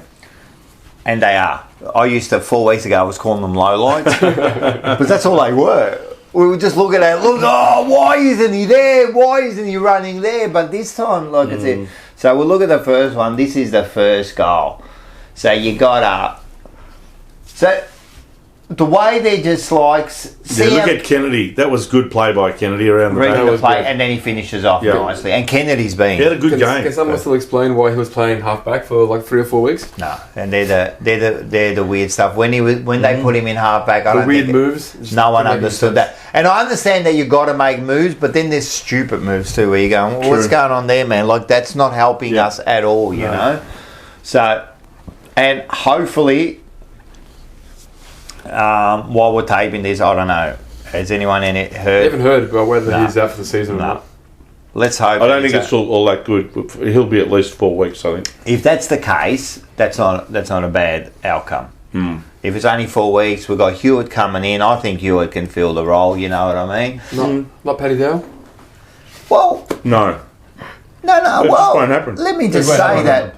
It won't happen. But I reckon he's an option. At least he's an option. He's an option. We think he is, but Michael Voss doesn't at all. And if Paddy Dow hasn't got a regular gig in the side yet, after what he's done in the reserves, he never will get one. Well, that's another thing we'll never understand. We'll never understand what's going on there. I mean, here's another one where, as much as he's been maligned and all that, when you say he's been doing what you've asked him to do, he goes back to the seconds and he does exactly what you ask him to do, and he still, and I mean, he gets emergency, he gets like the sub, a quarter, but he's not getting a full game. So anyway, we won't know. We'd like to know, right? We'd like to know.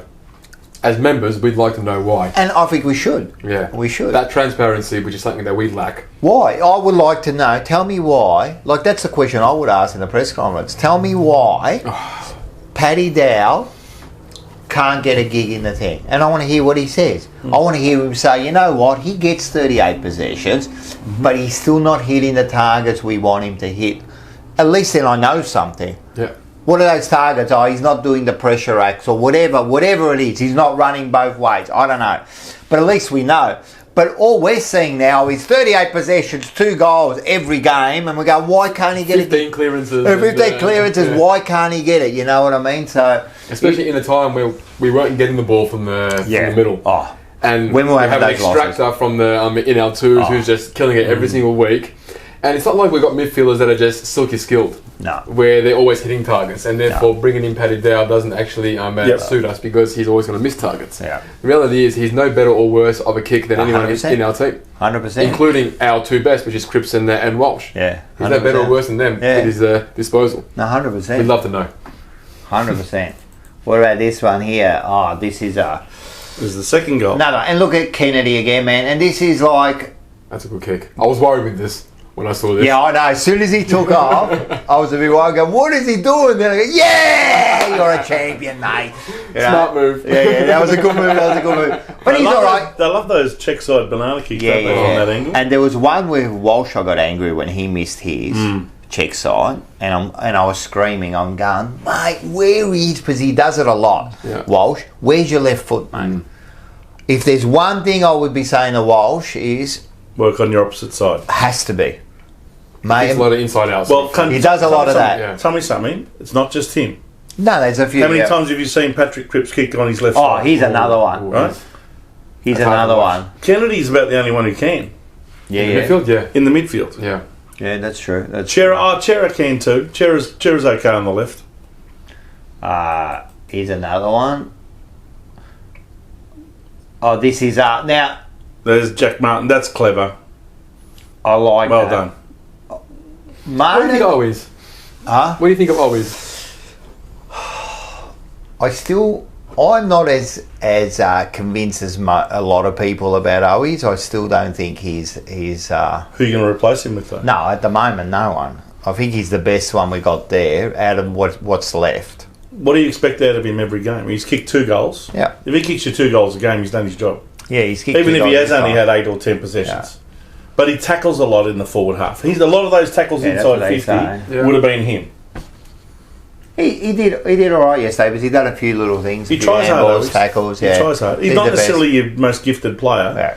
But you know the other thing about him? He can take a mark and kick a goal. Yeah. He's a good kick. A lot of his goals aren't necessarily small forward type goals. They're actually short forward. Yeah. If we're getting the other small forwards doing their job, then he looks all right. But when none of them are doing their job, I don't see him taking that next step. He hasn't got the silky skills of a Martin or a Cunningham, right? He's that hard. But he's your hard-working little nuggety forward pocket that'll bob up for 1 or 2 goals a game. Is he the first out when someone like a Motlop or a Durden do come back in, whether it's this year or next year? Is he the one out? So if you got Martin, who have you got? You got Martin, Fogarty, Cunningham. Well, at the moment, you say Martin and Fogarty keep their position at the moment. You need one more. You need 4. You got Charlie and Harry, and then you got Martin. You got 4 others in the forward. You got Martin, Cunningham, Fogarty, and then him, and room for one more. And him or Durden or Motlop. Because at the moment, those first 3, at the moment, staying. Cunningham staying, Fogarty staying, and Martin staying. At the moment, it's him. Yeah, you don't think so? You think it should be someone else? If someone's knocking down the door, I don't see him playing for us in finals. Okay. No. I think he lacks. And now that I'm here and having the privilege of watching it live, you obviously see a lot more, right? I just don't see him doing the things that I would want my small forwards doing more often than not. Well, but have you identified a replacement already for him? Because I think Motlop's got the potential to go past him. Yes. With some proper development and some proper coaching on how to play the position. But at the moment, I don't think Motlop's past him. He's not right. So Motlop isn't ready yet. No. Durden isn't ready yet. I don't see Durden being good enough to get back in. And Honey's not good enough, I don't think. Honey's not good enough. Yeah. One of them would have to push their way in. Like if someone's knocking down the door, like a Durden, imagine Durden or Motlop all of a sudden in the next 3 or 4 weeks just knocks in a kick and I'd rather see the 3 of them compete for that one position rather than all 3 of them. 100%. I mean, recently, this year, we've had teams where all 3 of them are in there. Yeah. Because we had no one else. And that's where there's no competition for those spots. Yeah. Now, with Martin and get all 3 to compete for one 100%. Spot. Martin and Cunningham coming in is been huge and staying fit has been huge for us. And Fogarty. He is. He's very skillful, man. Like he's been the most frustrating sort of Carlton story for the last 3 or 4 years. We knew what he was. He's always had that sort of that breakaway burst, that clean hands. Yeah. He makes right decisions. You know, the basic instinct that you called. He does. He is that guy. Yeah. That guy that we don't have in that front six. The guy who can go into the centre bounce and actually give someone else. He's that point of difference in the middle. He is. He's definitely that. And Martin, this time round, and I've been a very anti-Martin guy. Me too. But this return from his calf, he's been the Martin that we thought we got. He looks different, doesn't he? He doesn't look like he's about to get injured. He looks fitter. Yeah. Every time he used to come back, he always looked like he's just a step away of getting injured. I haven't even thought about it in the last. He just been doing his role, and like this week, he didn't kick a goal. No. He didn't kick a goal. No. But he was still very important. Yeah. We just saw that play there. That sort of the hand pass over the top. He ends up getting he's the goal. Smart. And the other one that I like... So really, it's a goal assist. I haven't got that highlight, but the one I got... Remember he did that bump? Oh, good. That was a good one. He stood up, took the bump, and then against the more physical opponent too. It was good, man. I'm telling you, they're the type of things. That's what we've been needing from him. That's why he's been getting paid so much money every year. Of course. To play like that. Yeah. So we shouldn't necessarily, glorify him for playing like that. That's the way he should be playing on someone. As a standard for someone on. I just don't think he's been fit enough to be like that. I don't think he's been confident enough, fit enough, not getting enough game time. But yeah, that's the Martin we want. At that Martin there, we're happy with it's that. as good as you get. Do you have a section on your sort of agenda for Russell at all, for our fitness? Or no, but we can talk about it. Banana of the week's coming up soon. Yeah, that's right. How many bananas do we have? Yeah, no, got each bananas, all right. We've got plenty of bananas. Just go to Merino Brothers. They'll deliver them. Have a look at this one here. This was another one. Again, kicking it to his advantage. I didn't like the kick around the corner. I haven't got it. From there is okay, though. I don't think he should be kicking around the corner from there. Really? No way. The angles. What? Seriously, that's like what? If that's maybe a 30... I know. 30%, like 30 degree there. Yeah, but he's doing that every day, right? So he's... And he almost missed it. How much did that miss the post by? It's when he's snapping from 40 metres. That's the definitely no. To me, and we'll have a look at it later, he's a beautiful kick. That should not be a problem. When he kicks through it, when his shoulders are free and he's walking in, then he kicks it nice. We'll do it like that too. Someone brought it up to me 2 weeks ago. They asked, look into the stat of how many times the team scores against Carlton after he misses a goal, coast to coast. Because I think it happens quite a lot. So that sort of negative sort of thing where he misses, everyone kind of just takes that collective sort of breath, and then he goes coast to coast. I'd love to know what that stat is. Wow. That's actually interesting. And now that you're saying it, I'm remembering how many times he's missed. It happened 3 times. And then they kick the goal and you go, that's like a 2-goal turnaround. Yeah, exactly. It's a 2-goal turnaround. I'd love to know that stat. That's a good one. Wow.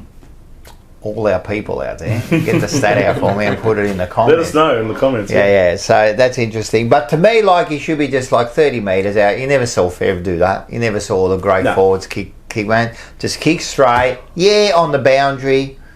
You never saw Matthew Lloyd kick around the corner like that, of course 30 metres out. But they all do it on now, a slight angle. Even Tom Morgan does it now. Jezza does it now. Like they all do the same thing, right? Yeah. So I reckon it's harder. As long as you know how to do it. As long as you know how to do it. And the problem I thought with Harry when he was doing it, he was taking a mark and not sure what kick to do. So then he's in this confusing state. Yes. Where if he goes back and he goes like, all right, kick it, and he straight away goes, I'm kicking around the corner, that's it, you're done. But he's getting back, and as he's walking back, you could almost see his mind clicking over going, do I kick around the corner? You already fucked it up, man. Yeah. You already fucked it up. And you see his last, even that goal there, really, that was a shocking kick. It almost hit the post. And you think about it, how unnatural is it? You've got to be on an angle, and remember, you're not even kicking to the middle of the goal anymore. Yep. You're kicking to the left-hand post because you've got to bring it in. It's all unnatural. I don't understand this thing. But anyway, long as you keep kicking it. I saw someone on, I can't remember whether it was on a Foxtel show or Channel 9's footy show or whatever it is on the weekend. Someone was explaining how his problem is where he puts his feet, where he's positioning his body, and what direction his foot is in when he goes for the kick. It's completely skewed, so that the margin for error is huge. Oh, okay. And that's one of the reasons why his kicks around the corner.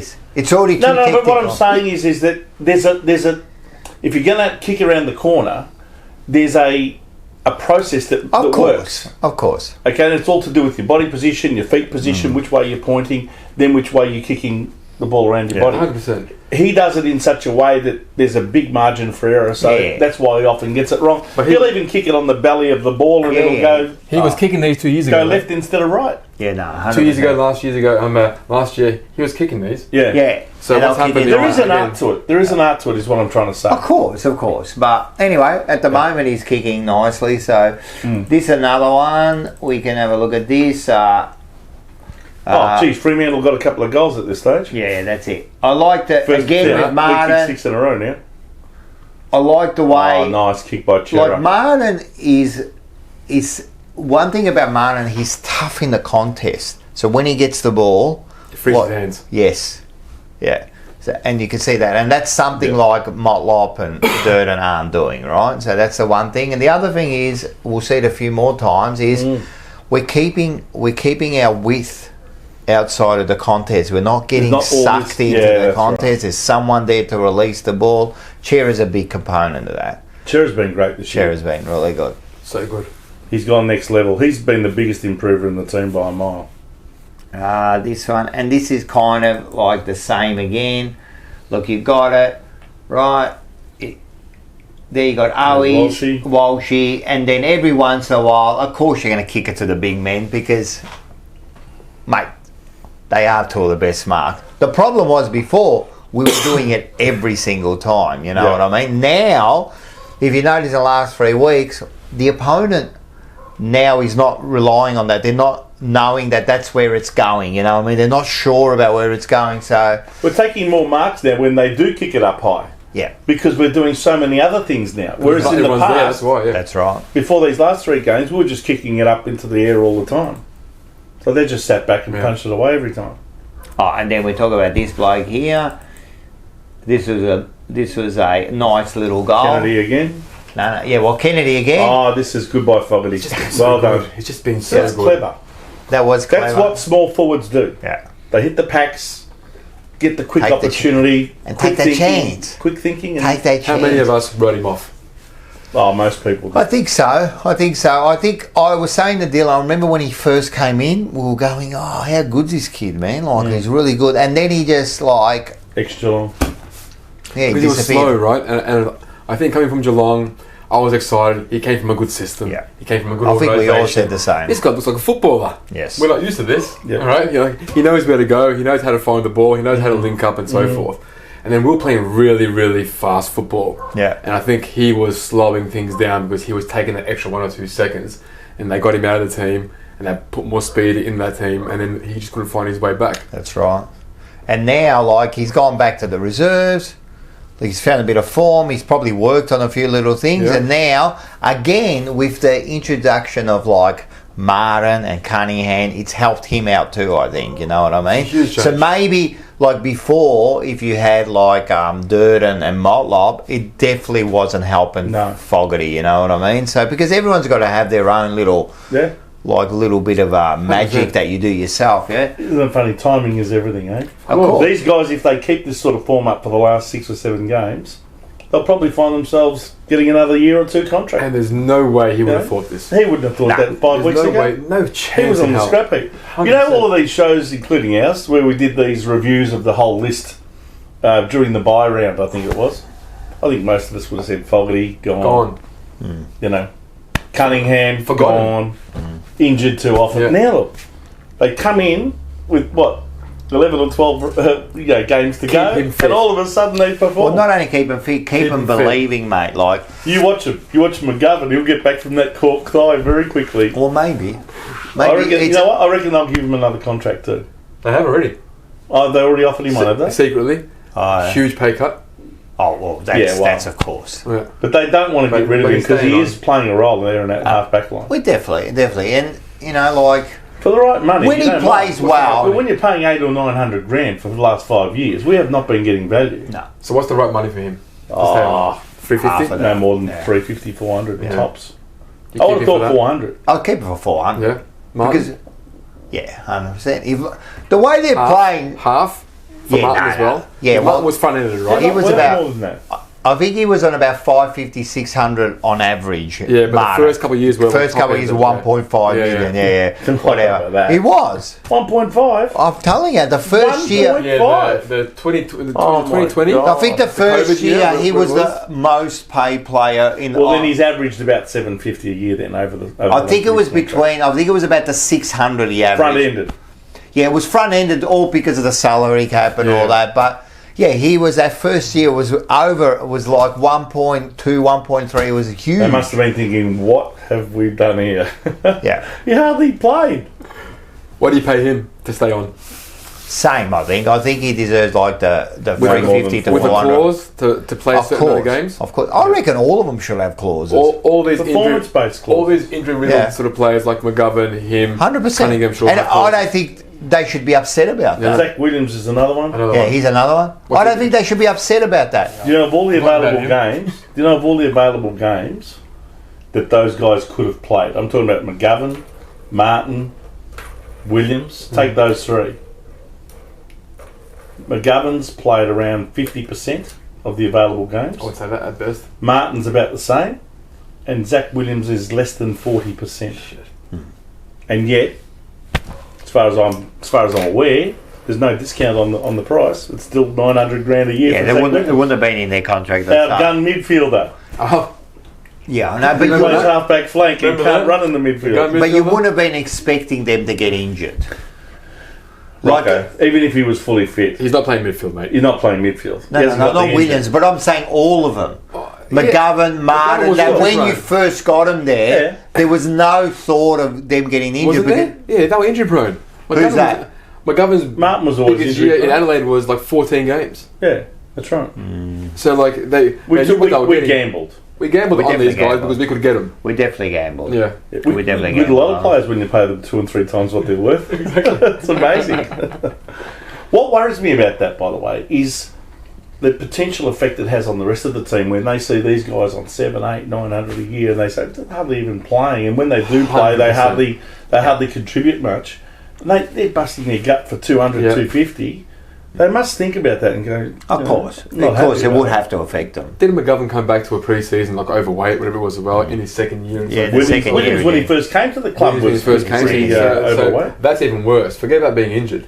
That's even worse. Yeah. Coming in, this is a high-priced player coming in. Everyone knows what be your price ready, tag is, or thereabouts. Yeah. And you're coming in and setting that sort of standard. Yeah, We touched on 100%. standards. 100%. And that's been accepted. And why did he and then you think, why did he come back in that shape? Because the standards weren't set. Because he knows that he can. Like that. Like you said from work, if you can get away with it, you'll take Get it. away with it. Now that in another club, say, well, at the moment, a Collingwood or Richmond at the time, or mate, that will never have happened. No chance. There's no chance someone will come back overweight, because plus they want, they want the approval of their peers, their teammates. You don't want to come down and let down your team. You know what I mean? He's coming back.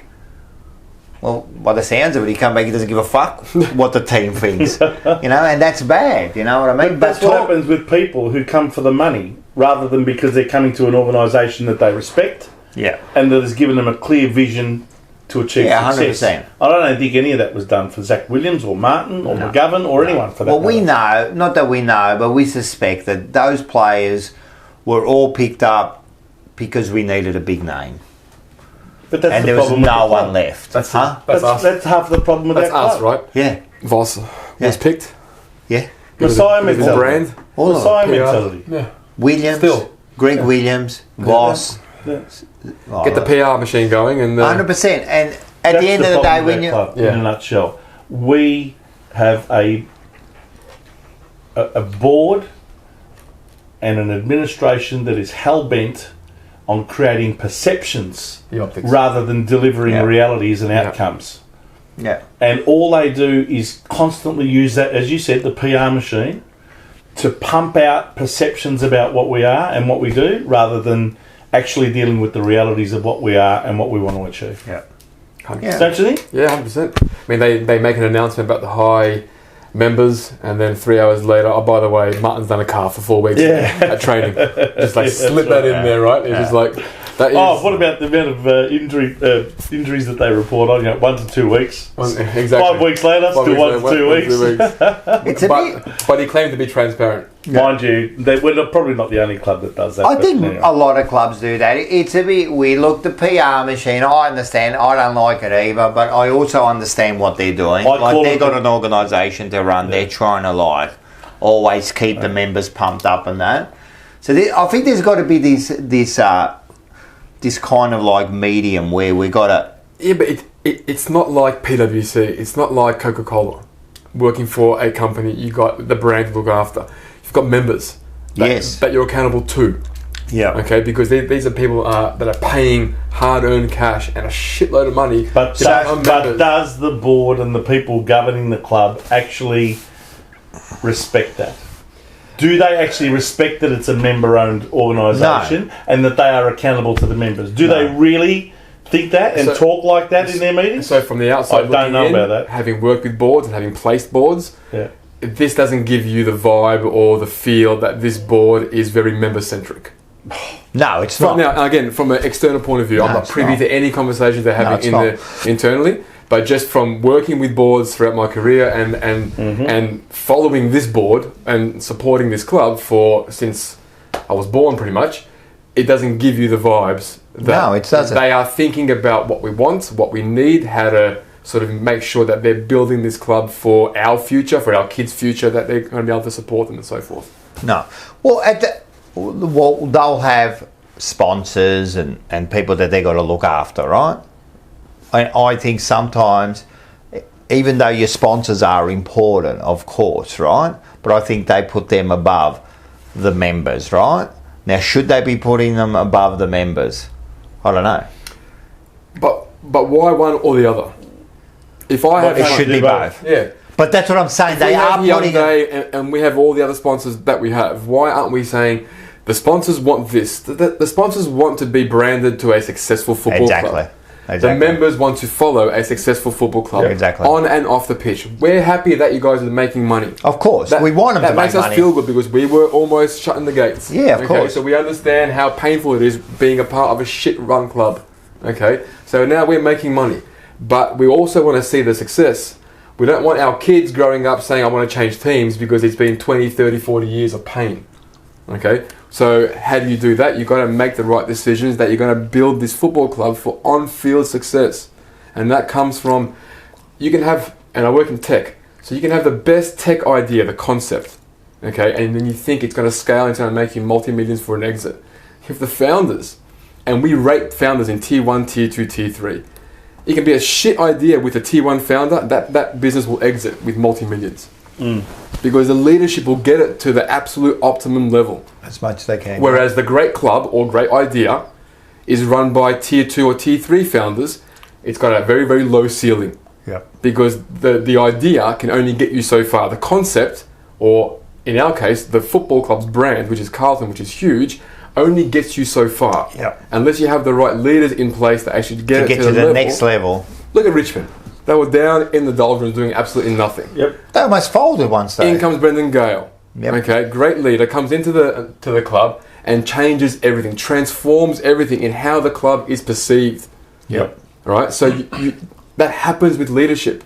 Yep. And then the leaders make the right decisions, surround themselves with good people who are probably better than them in certain areas. Well, you have to, don't you? Don't you have to don't you employ people underneath you that make you better? I've got a number 2 who's better than me in probably 51% of my job.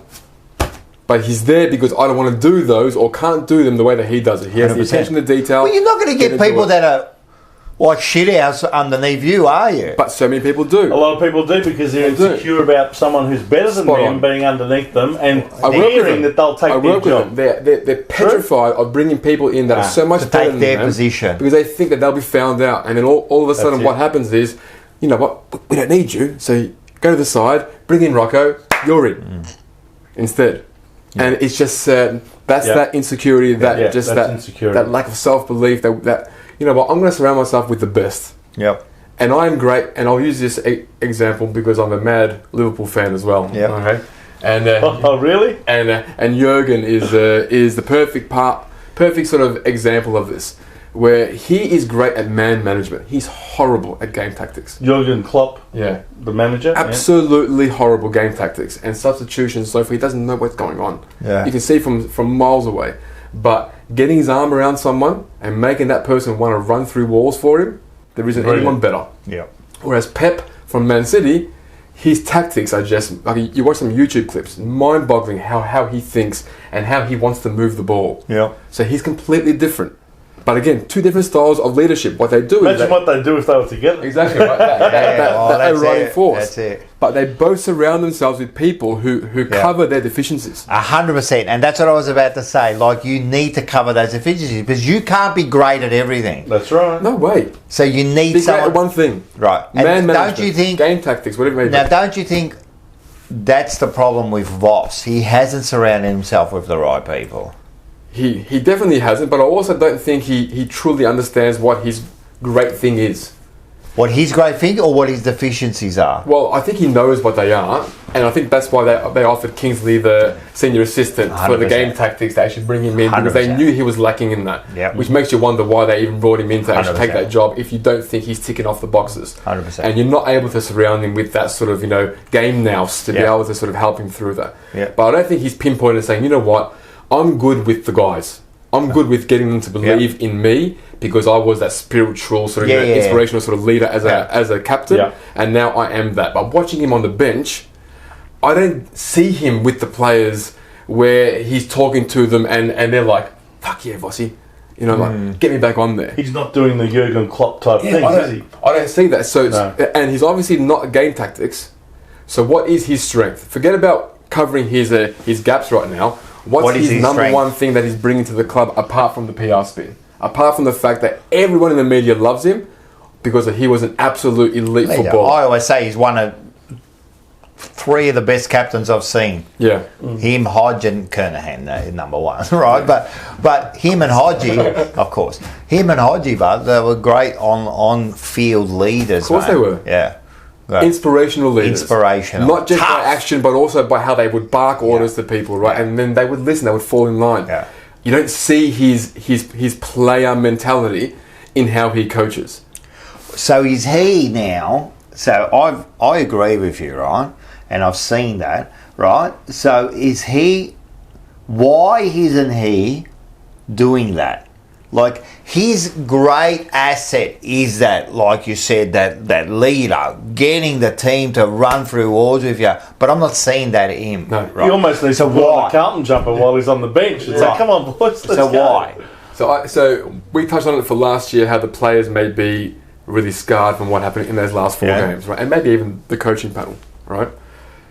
Think about his first run at coaching for Brisbane. Yep. And he was a nutcase. He was barking and yelling and screaming. He had the park and veins going and so forth, okay? He's probably learnt from that and probably overcompensated for trying not to go too aggressive in how he coaches. His message, He works under Ken Hinckley is actually quite aggressive himself in how he actually coaches. So he takes a back seat to someone who's very extroverted and very aggressive in how he coaches, and he's the guy who's probably the one who's putting his arm around players and so forth, and being the one who's supporting them more once Ken smashes them. Yeah. Okay. And again, these are all just assumptions, right? Of course. And then he comes to his second gig, which is a huge gig, childhood club. He wanted to come here beforehand or whatever it may be, sort of thing. There was a couple of times he tried. A couple of times, right? So. And then he's there and he's like, how am I going to do this? I can't be that big swinging dick coming into the club and being that sort of captain that I was coming in as a coach. So I'm going to just turn it down a little bit. Yeah. I'm going to just, get my arm around the players, get them to believe in. Do you think he's also conscious of the nature of this generation of player? Because it's 20 years since he won those premierships with Brisbane. As the average footballer now changed in how they respond to criticism, and they need their safe spaces, and they need to be cuddled and all this sort of business. I mean, how many times have we heard coaches say, "Oh no, we're going to put our arms around him and we're going to embrace him and we're going to cuddle him"? And I mean, this warm and fuzzy type approach to coaching players these days seems to be prevailing above the coaches that are really hammering them. It's the number one topic that I deal with when I work with leaders, because they deal with managing that generation of 20 to 30-year-olds. Yeah. And it's so different to managing the 30 to 50-year-olds in their business. In how and that's a skill in itself. So is that what Voss is doing? He's now sort of thinking, hang on, I've got a different generation of player I'm dealing with here than the ones that I used to play with. I think we can't ignore that, because I think he has to take that into account, because they are. I think all coaches do. They are different. But he's Michael Voss, and if I'm a 20-year-old coming into the football club and I have watched footy and I have rewatched footy from old games and so forth and know who Michael Voss is, and I'm coming into the Carlton Football Club and I'm playing for this bloke, I don't care what he says to me. I am fucking pumped to play for this guy, because he is elite. He's not just your good player who maybe made it into a premiership side. Brownlow medalist, premiership captain. So how would you describe his style with the players now? I think it's just very tame. Yep. All right, so tell me this then. Is that getting the best out of them though? You can't. I mean, what have we seen happen in the last 3 weeks? Something seems to have kicked in.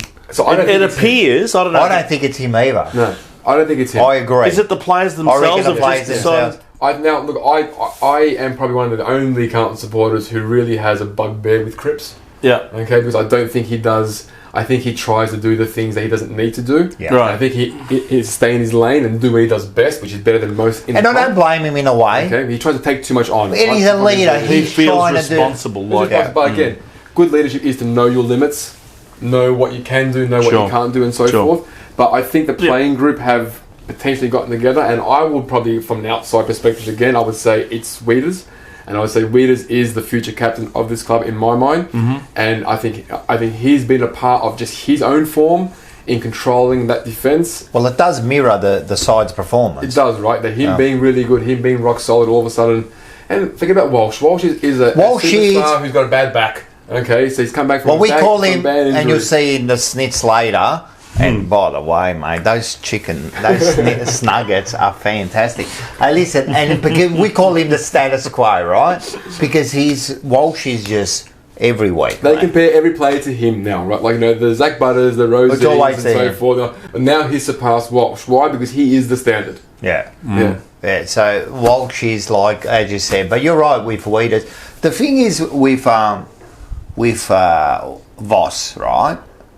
I think the pressure of him not doing well, losing his job, is affecting the way he coaches the team, right?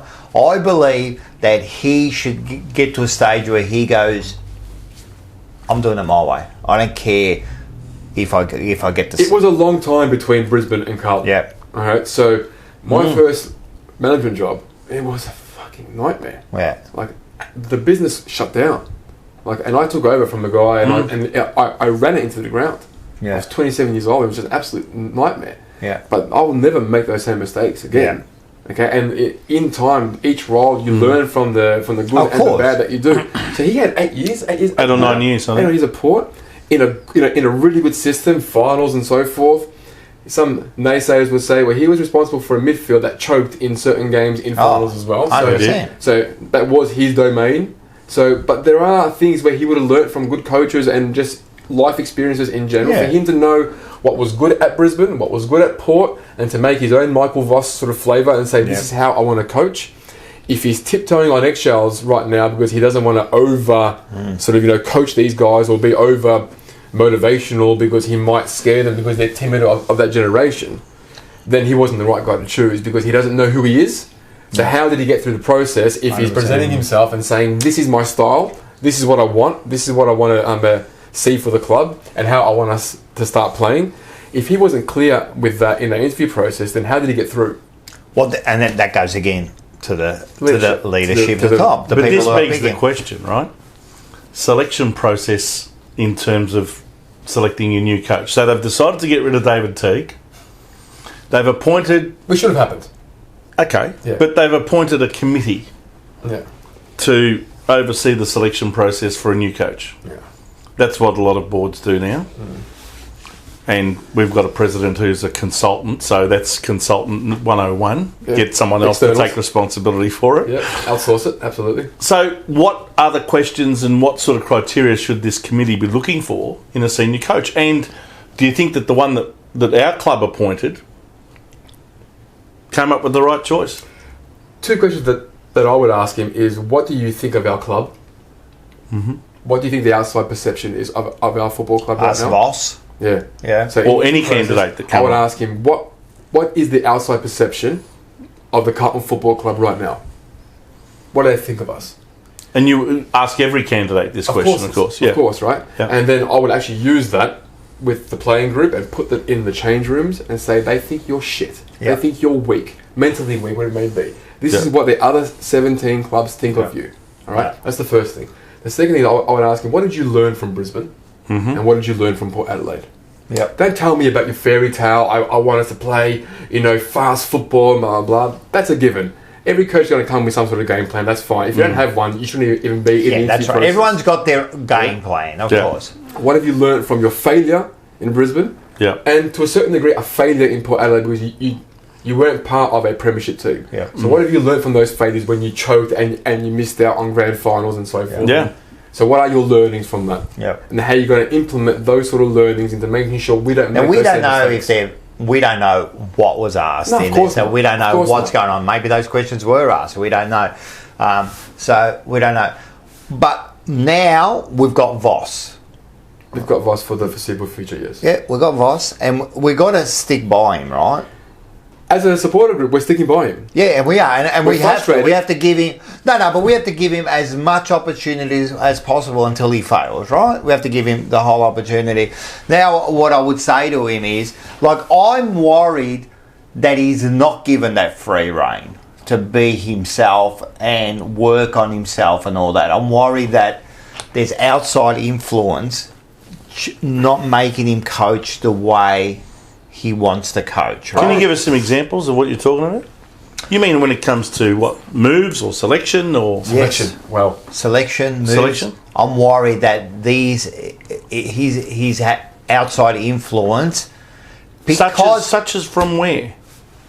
could be from anywhere. But what I'm saying is, what I'm worried about is that if Voss, right, he should be doing.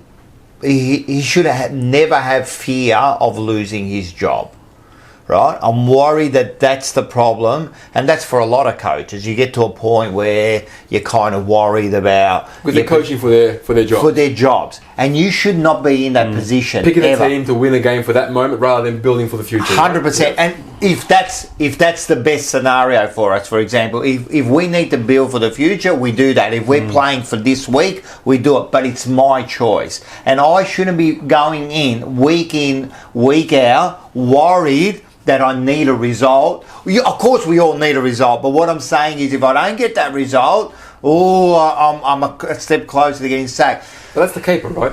What's that? That's the caper that they're in. That is a caper. Where But 6 what- months in a row at Carlton Football Yeah. Club, you're going to be under. But the while I'm there, I don't need you telling me that every week. who as in supporters? Whoever's in, not In the support. club. I'm talking whoever's in I charge. don't think we have big enough personalities to override him when it comes to the actual football I department. agree. Voss, Yeah. I reckon we do. I don't. I reckon we do. Diesel? Well, Diesel would be one Lloyd? of them. Lloyd, you know. I don't see either of those two overriding Michael Voss when it comes I to think decisions. they do. Really? Yeah, Is there anything that would make you suggest that? no, but I reckon they do. Look, you know what? I reckon You they know do. what? I could see by the way he's reacted. That's not Voss I think to there was me. a time at our club when we had bigger personalities than Brad Lloyd and Greg Williams. But you tell me that something. may have been the case. No, but you tell me something. It's been happening at Carlton for 10 years. Why would it change this year? Like, the board and that has not changed at that club. So you're trying to say now, all of a sudden, Voss comes in, and Voss wasn't, like, he was a great captain. He wasn't a great coach. Right? He's come into this club now, Yep. and all of a sudden now, he's this leader who's taking control of everything. I don't think... He's come into Carlton He's coming to the biggest club in the nation that's always been controlled by the top end, right? Right? What they should be doing, to me, I see he's not being Michael Voss. Now, maybe in the last 3 weeks he's a lot better, but Wins does that, right? But he should stand up. He should. That's why I always thought someone like an Alistair Clarkson, for example, he wouldn't be told what to do. That would have been a disaster, by the way, if that happened. Whatever. You call it fuck for us. Or Ross Lyon. But what I'm saying, that personality would never be told. Yeah. Voss is still a baby. He's still a baby in the coaching terms. What has he done? Like 2 years, But and could a it failed be attempt that they are not exerting that sort of power over him, and they are leaving it to him, and leaving it to his own devices, and he's not using that authority and using that power as well as he could. Maybe. Because I don't agree with you that there's people above him that are pulling his strings. All right, that's good. That's all we're here for. We don't know. Disagree. If that's true, that's more alarming. I know. It is alarming. I know, but it's been happening for years. Rocco. Yeah, but it's been happening with Bolton and Teague. Okay, they're not Michael Voss. No. Yeah, no, but again with Michael Voss, he came in like he wasn't their first choice. No, he wasn't. But he had 4 or 5 years at Brisbane and 8 years or 9 years at Port. So he had 12, 13, 14 years in the. I hope I'm wrong. I hope that we can see. I again, in the last 4 weeks it's been good, and there were times in the last 2 years that I've seen him do his stuff, but I've seen him when we're losing, he changes Voss. His whole persona, he does. And this is what I'm saying, to me it would be, if I was coach, I'd be saying, mate, if you don't like it, because you're going to sack me anyway, I'm out of here now. I do what I say. Ed Curnow's not playing. No, but that's an example. We always use that. It's a great example. But no, he's not playing. This is the way we're going to be playing the system. This is what we're going to be doing. This is what we're going to do. So you think there are other people above him that are telling him, I want you to play Ed Curnow, and that Michael Voss is saying, no, I don't want to play. Ed Curnow, but there could be that perceived pressure. The only one I know about... in your team, when you got perceived pressure, I reckon there's a perceived pressure on him to do certain stuff, to act a certain way, you know what I mean? So you were saying, we haven't seen, you can see the way Voss is, we can see that he's a little bit, he's reserved. He's a little bit reserved. Insular. Why is he reserved? So maybe that's just how he leads as a coach. Because as a captain, he's not. No. So even in the press conferences, I would expect him to be a prick. All right. So when we hired Voss, which Voss did we hire? Well, I would, as a member, I would have thought we hired Michael Voss from Brisbane as the captain. And I think that's what we all thought. Yeah. Right? But we're not getting that at the moment. We've hired a very soft, cuddly version of that captain. Yeah. And I want a little bit, because what's one thing that the team has been perceived from the outside? We are a bit soft. A bit is so whose fault's that? Thing, yeah, we are very soft. Whose fault's that? That's leadership. But during that streak of losses that we had, you heard Michael Voss almost press the repeat button. Every press conference was sounding the same. So why is that? Scripted. Then why is it scripted? PR department. It runs this everything. Is the kind of little things that I look into. Why is it scripted? Imagine I'm the coach and they go give me a script. Okay, you know what you can do with that script? I go out there, just like this show. Yeah, but Michael Voss come out here with nothing. This is trust me. This is Michael Voss is not a stubborn, headstrong Italian. This isn't. Trust me. This isn't a script, right? Yeah. This is just a run sheet to tell me we're already running all over the place, right? No, but what I'm saying is when I come here, I don't know. I'm just going to be honest and say what I think. Yeah. Sometimes I feel like if he's getting scripted to keep the supporters happy, to keep that's wrong. Or sponsors happy. That's wrong. Your job isn't to keep the bloody support. It is to keep the supporters, but your job isn't for the sponsors. Your job is to get that team to win games. Correct. And I will support you all the way. Yep. That's the way I'll be dealing with. I'll be going to Voss, mate. I would come out, sayers, instead of being in Italy now, right? Mm-hmm. I'd be coming out here and say, I hired him, right? I hired him. Right? No one else. I made the final decision. I'm sticking by him and I'm going to stand by him. And if he fails, I'll be right next to him, right? Failing with him. That would never happen. Right. And look where we are in the last 20 years. That would require leadership from his part. Right. This is what I'm saying. So why doesn't he bloody stand up and become that leader that we want? And at the moment, don't get me wrong, people, I'm liking what he's doing and that, but that won't sustain through to finals and that. You've got to become that next level prick. 100%. Yeah, you've got to become that next level. And that means in the press conference, and that means on the field, and that means with your players. You know, you go like, oh, some players have to be cuddled and that. Shut up. Yeah. So shut up. So why not? Mate, why? Why not after any of those losses?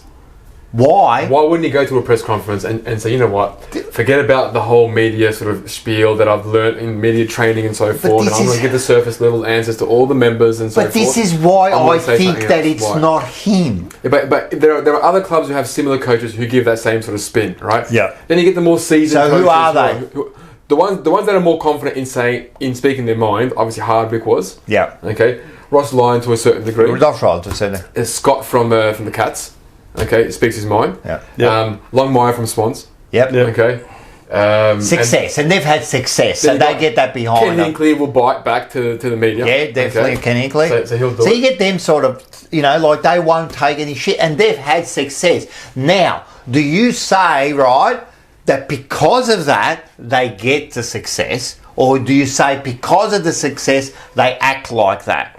I believe because they're like that, that's success. how you get the success, right? He's got to move into that next level now. Fuck, he should turn around, look in the mirror and go, I'm Michael Voss, right? I did this, now I want you to follow me, and if you don't follow me, man, I'm out of here. This is, and I'll die on, what is it, die by your sword, die on your sword? Yeah. Whatever. I'll die on my sword, fall mate. on my If sword. I'm wrong, I'm out of here, but at least I'll say I did it my No way. way. Anyway, I just think that, yeah. I hear where you're coming from, Yeah. and I'm sure a lot of our viewers will know exactly where you're coming from. This is my biggest bugbear with these press conferences. They are not being themselves. No. They are not speaking the truth. They are not saying It's so boring. They are not tuning in to the same frequency as us supporters who are feeling certain things after a performance. We want to hear our coach resonate with us. Yes. Yeah. And he hasn't been resonating with us when we've been losing. Yeah. Because we're behind. Yeah. The AFL in general, just when you watch them, the first thing that I noticed from obviously living abroad, and we watch a lot of, you know, overseas sports, is that you can hear the questions. Yes. Oh, that's the... How hard is that? I'm like, what are they asking? But that's forever. It's been happening forever, mate. Give the guys a microphone for crying out loud. Let us hear. They the run question. a $3 billion business Yeah, or something, exactly. but Give them a microphone. can't get more than a $10 microphone. That's the first thing, right? Look at the mics Look at we these. get These on things- this look at fucking these. bananas We're in balling Reservoir right here, now. right? And these blokes can't get... And you're right, man. You want to hear the... You want to hear the question because I know these numpties who are working in the media don't know how to ask the right sort of questions. And they're too scared to ask. They're another bunch of They ask the bananas. same thing. Any injuries from the game? Yeah. What do you think about Cripps? Walsh looked good, But- Harry's kicking, and that's about it. But are they also worried? Like, the media's also worried about them, like, being disliked by the coach. You know what I mean? So they won't ask. Like, they won't come in and say, tell me why Dow isn't playing.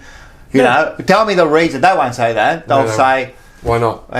Because they're scared of their own position. They do it abroad. In England, for the football, they do it abroad. Yeah. They get the podcasts like this. Okay, they get all the podcast hosts who are becoming, you know, getting Yes. away from the mainstream media, and they're doing exactly what you guys are doing, which is an amazing job. And they get them like once or twice a year in front of either the Yes. players We've been saying or that. coaches or the other pundits from the actual Sky Sports, and they have a back and forth, Yeah. right? And they talk. So imagine There's talking nothing to not wrong only with Michael that. Voss, talking to Crippo, talking to these guys, you know, mid-season, having a bit of an interview. How you finding the season? And don't give me this bullshit. Yeah. Just, you know, Let's be scripted, honest. sort of, you know, surface level things that all the members, like you said, we are feeling something at halfway mark of the season. Yep.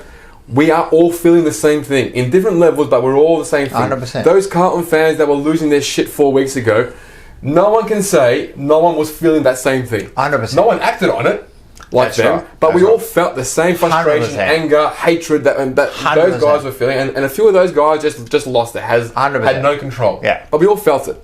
So Yep. we want to talk to these guys who they say they love the club and they feel the losses more than us and so forth. Let me hear it. Let me hear it. That's 100%. I bet you they'd feel the losses more than as much as what we did, maybe even more, if they didn't get paid for every loss. Oh, exactly right. Yeah, of course. That makes it feel a little bit better. Well, no, but you're right, and that's another discussion to get, like, as you said, us in front of, or not us, but certain people in front of them, and let's have it. Like, what's wrong with having a discussion, having an honest discussion? Like 100%. The other thing too, they fear questions that they don't know are coming. Yeah, I mean, seriously, if you want to interview someone at the club, not only do you have to get their permission to interview them, but before they say yes, they want to know every single question you're going to ask, and no tricks in the middle of that, like throwing in the odd, little a curly one in the middle of it all. No, I can. In fact, you know what? I think that radio show that we talked about, the guys in Perth, whenever they get someone from the club, whether it's an assistant coach or a player or this, I think they had Adam Chera last they got a hand Saturday morning. They've got to give them every single question that they want to ask. Yeah. Okay, it's so scripted and so sterile. That's kind of standard these days. What you wouldn't want to see is that if you had a list of questions, for example, if we wanted to ask Voss, his first question would be, or our question to the team would be, what do you want to stand for as a coach? Yeah. Okay. If they said throw that one out, I'd be concerned. Yes. Okay. Because if it was too confronting for him, then we're not going to. Then this is just pointless to do this, right? Yeah. If we say we want to ask him about Paddy Dow, and they say strap it out, then we're like, okay, so we can ask you about how great it is to be a coach of the Carlton Football Club, how great is Cripper and his leadership, and how he's developing, and having good up and coming players like Walshy coming into the side, and just all the basic things that the numpties in the media only ask because they don't even think further ahead to even ask like deeper sort of questions. So we can actually hear. We watch these shows because we want to hear some insight. That's right. And the reason why people are coming off that shit of Fox Footy or Channel 7 or anything else is because we're getting some honest conversation 100%. here. Yeah, and people do say that they love the real talk of our kind of shows and that. Do you know the pre-match functions when you go into state? And I've got to say, he does a fantastic job. Shane O'Sullivan at the club organises either an assistant coach. He was there when they founded the club. Yeah. 1864. I'm telling you, the place me. He's been around for years, right? Yeah. But he organises people to come along as special guests or guest speakers. Whether it's an Ashley Hansen, assistant coach, or whether it's one of the emergency players that's there in case someone gets injured or whatever, and so they'll get that emergency player to be interviewed. Every single person that he organises, yet again, they know every question that's coming, and they've got a scripted answer given to them by the PR department. Yeah. So that they know exactly what to say. And you know what? I mean, that's the nature now of going along to a Carlton function. But we are everything is scripted. But we're not Smoke idiots. and mirrors. This is a problem. Like, sometimes they speak to you like you're an idiot, right? We're not idiots. Most of the time. They do, right? Because we're not idiots because for two reasons. First of all, we know the club, the game, as good as any of them. Yeah. Let's be honest. Like, you can't say, because you didn't play the game. Bullshit. No. I watch enough of this game that I understand it. Everyone on your show knows more than Robbo from Fox Footy. What are they? 100%. Yeah. Or Ramo? Everyone. 100%. Right? So, I reckon the best solution is this. Do you guys want some? Yes, please. We should push for you to have an after the game interview for Jumper Punch. That's not scripted. One day, that's the goal. To go down in the rooms like Channel 7 do or Fox Footy, sit in front of them with one of these little microphones and ask Crippo or ask Weeders or anyone else. We didn't watch last week's show when we said that we're pretty much blacklisted from the club. But anyway, listen. Well, that's the golden one, right? My thing is not only about football, about life, right? You should, if you believe in something, regardless of what that is, you should never be fearful of questions. Correct. If you truly believe something, there should be no question you're 100%. fearful of. Go for it. Right. And this should be for the club too. You know what I mean? Like, if you truly believe in your abilities, if you've got nothing to hide. Nothing to hide, man. You can ask me anything and I'll come out. John Elliott would never get his question. John only would go into a thing and ask me whatever you want, and I'll give you what I know. And sometimes he went too far, Well, but the at thing least. is, how often did you see John Elliott get door stopped? Heaps of times. Yeah, exactly. Yeah. Ask me anything you like. Yeah, I'll tell you. I'll I'm answer. honest, man. Probably said It doesn't too happen much. now. Way too much. The last Carlton president I ever saw get door stopped was Stephen Kernahan, and that was over. I think he handed over the presidency in 2014 when we had our 150th year. So it's 9 years ago since he relinquished the presidency. And in the last 9 years, let's be honest, we've been a basket case. Yeah. And Rebuild after we've got to rebuild. show more leadership from the top than that. Yeah, 100%. Anyway, listen, All right. we did win a game. So look, I am happy the way. But we're just talking generally. Don't No, we're this not is talking about the last week and, or two. and like I said yeah. before, right? We're doing all right now. If last few games, Better. which is good. Yeah, we're doing better. We're doing what we asked for. But seriously, if we want to move to that next level, if we want to contend for premierships, right, we have to improve the board, the coaching, the players, the supporters, attitude. We have to improve that. And if you think that you don't need to improve that, we're never going to get anywhere. And in you're trying to tell me. No, you're trying to tell me, but don't try to tell me that who won the premiership? Geelong. Oh, fuck Geelong, they're going down anyway. But another side who's like a Collingwood or... Don't underestimate. They've got a good run. Yeah, home. whatever. But what I'm saying is, even after winning the premiership, Yeah. a good side will go, now next year we have to improve. Right? Yeah, of course. And if we think that after winning a few games, we don't need to improve this whole didn't. thing... Huh? We didn't. What? In the off-season. No, all we we did didn't. was lock everyone into long-term Yeah. contracts. But I mean, we could start that improvement. It's never too late to start. We could start it this week. Yeah, but that statement at the end of last season Yeah. was, we believe our list is where it needs to be to win it. That's right. Because we're locking everyone in. And it's And put we're us doubling down on put this. us on the back foot now. Yeah. Straight away. So We overestimated. But it that. could start. this is the season that we needed to have. Of course. This is the wake-up call. It's probably not We a should not be full where we are rebuild. now. We shouldn't be 11th. We shouldn't be 11th, but I don't think we were what people were saying. No, you're right. You're right. Okay, we're you're not. right. Because I watch us every week online, right? Because obviously being overseas, so I don't get to see the full sort of field. But there's never many easy goals that we kick. No. Apart from the last few weeks, it's been hard. I've said that. hard work. Just like, oh my god! Do you know when Rocco and I see this? We look at the highlights of some of the players that we interview, and we go back to those videos of the 70s and 80s and 90s, and we think, we don't kick goals like that anymore. You know, on the run and running into open goals, and it just doesn't And the happen movement of the anymore. last 2 or 3 weeks, just like the link-up plays, 3 or 4 forward hand passes, that just the chain of just going forward, which you're gaining meterage, and then you're kicking deeper into your forward line.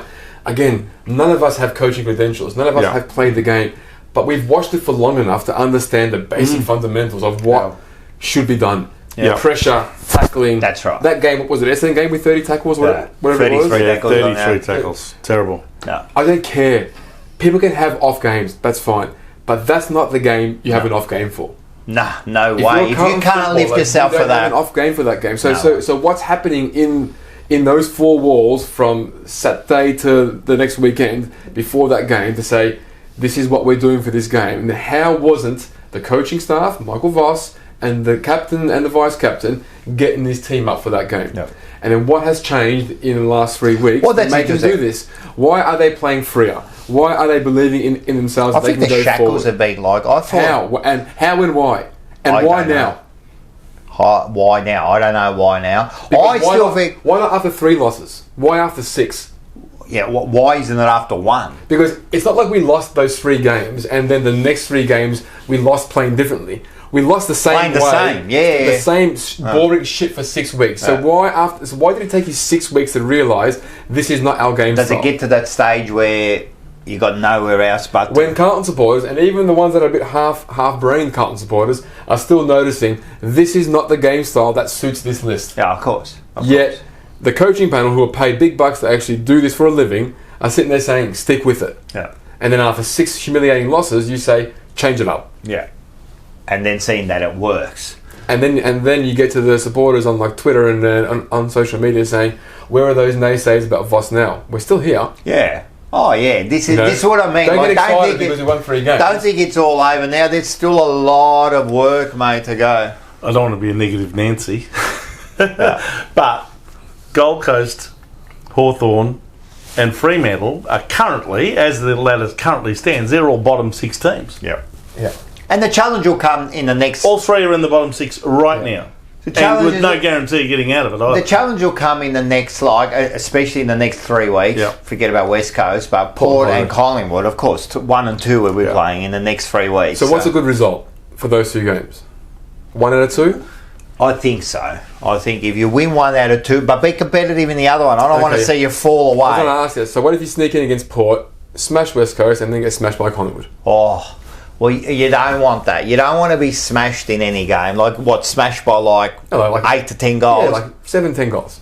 That's you know what, even 6 goals is a smashing for me.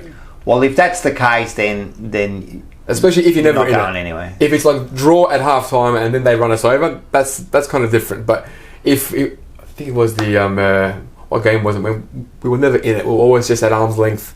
We're 20 points away. That was a Collingwood, time. I think it was, right? That was Collingwood. Yeah, I think it was. Yeah. So kicked away, and then we just that's a smashing. They got a 30-something because point they pretty much played with us all day. They had it in like first gear. They were just keeping us away and so forth. If that happens again, then we haven't learnt. Yeah, 100%. Well, as I said, every week's a challenge now. So you got Port Adelaide and Marvel. Man, you can't really ask for a better challenge. Saturday. We've had a lot of good results against Port over the years at Marvel. Yeah, we've had a good result. And I'll never forget when well. I think it was Simo played his 250th and Jamo played his 150th. Yeah. In the same game. And we won by 3 points. Yeah, and 3 points. It's going to be a kicked good about game. 3 or 4 goals. Well, we'll get into that game. Forward back then, wasn't he? I think Cruiser might have kicked the winning goal. Yeah, well, that's right. Yes, Cruiser, that's right. Yeah. Anyway, they got a team who can worry us though. Oh yeah, that midfield is. Look, I'm really looking forward to this game. It'll be interesting to see how we face up to the challenge. Yeah. Here. How we handle the run because we've always been a slow team, and they're quite quick. Yeah. And they move the ball. And really we've been quicker now in recent weeks. Now, so with the other thing is with them, like I've been saying to Carlton, all right, now last 3 weeks we've been playing well. Let's keep the line, mate. Let's not revert back to the. Like I've noticed that in those losses we tried to be quicker, and then we kind of they pushed us back a bit, and then we fell into our old habits again. Stick to your thing, man. Even if it's, I've heard through the grapevine that Collingwood, mate, the coach has said every time they make a mistake, man, he pats them on the back and he says, "If they try something, I don't care if you make the mistake, but I want you to keep doing it. I want you to keep doing it. I want you to keep doing it." Well, someone else, another player told me that. Okay. But the same thing. Just keep doing it. I don't care if you make a mistake. And this is why. And this is what I'm saying about.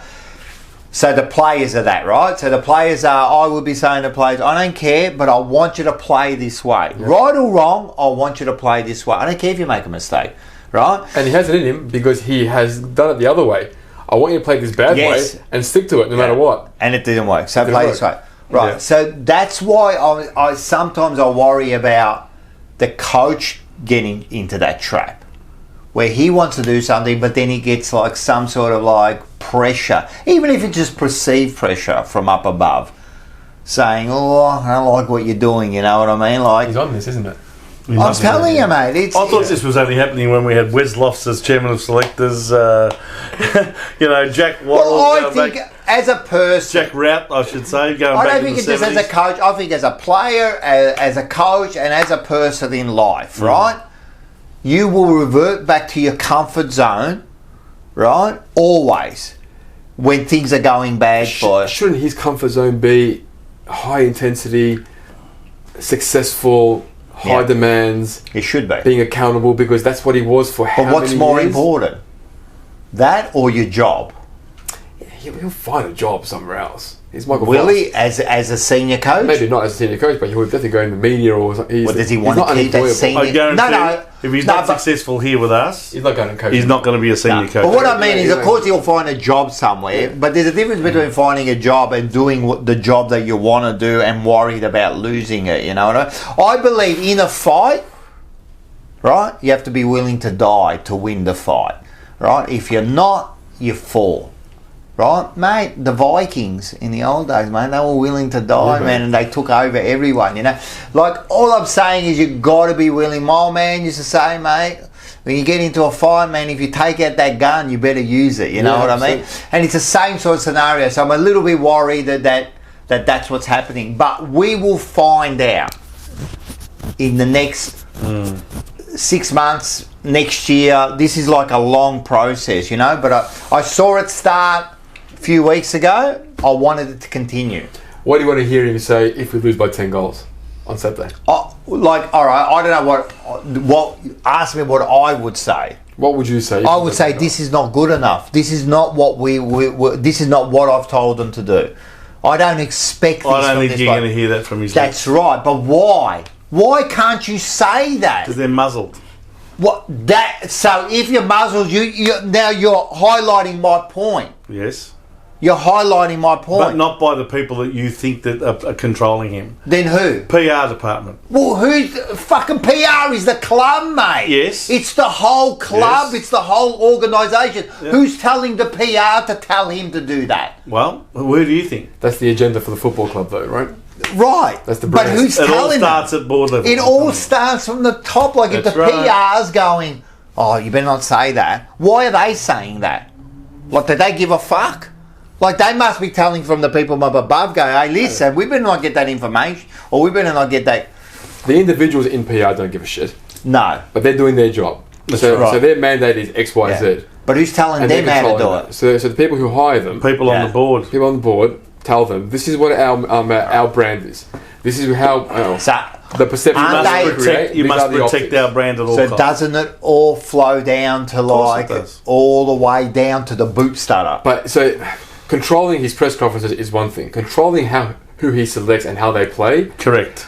that's not PR, right? So No. that's a whole different level No. of puppet strings that we're Yeah. potentially I've seen it for thinking 20 about, years, right? and the way I see it is, prove me wrong. Yeah.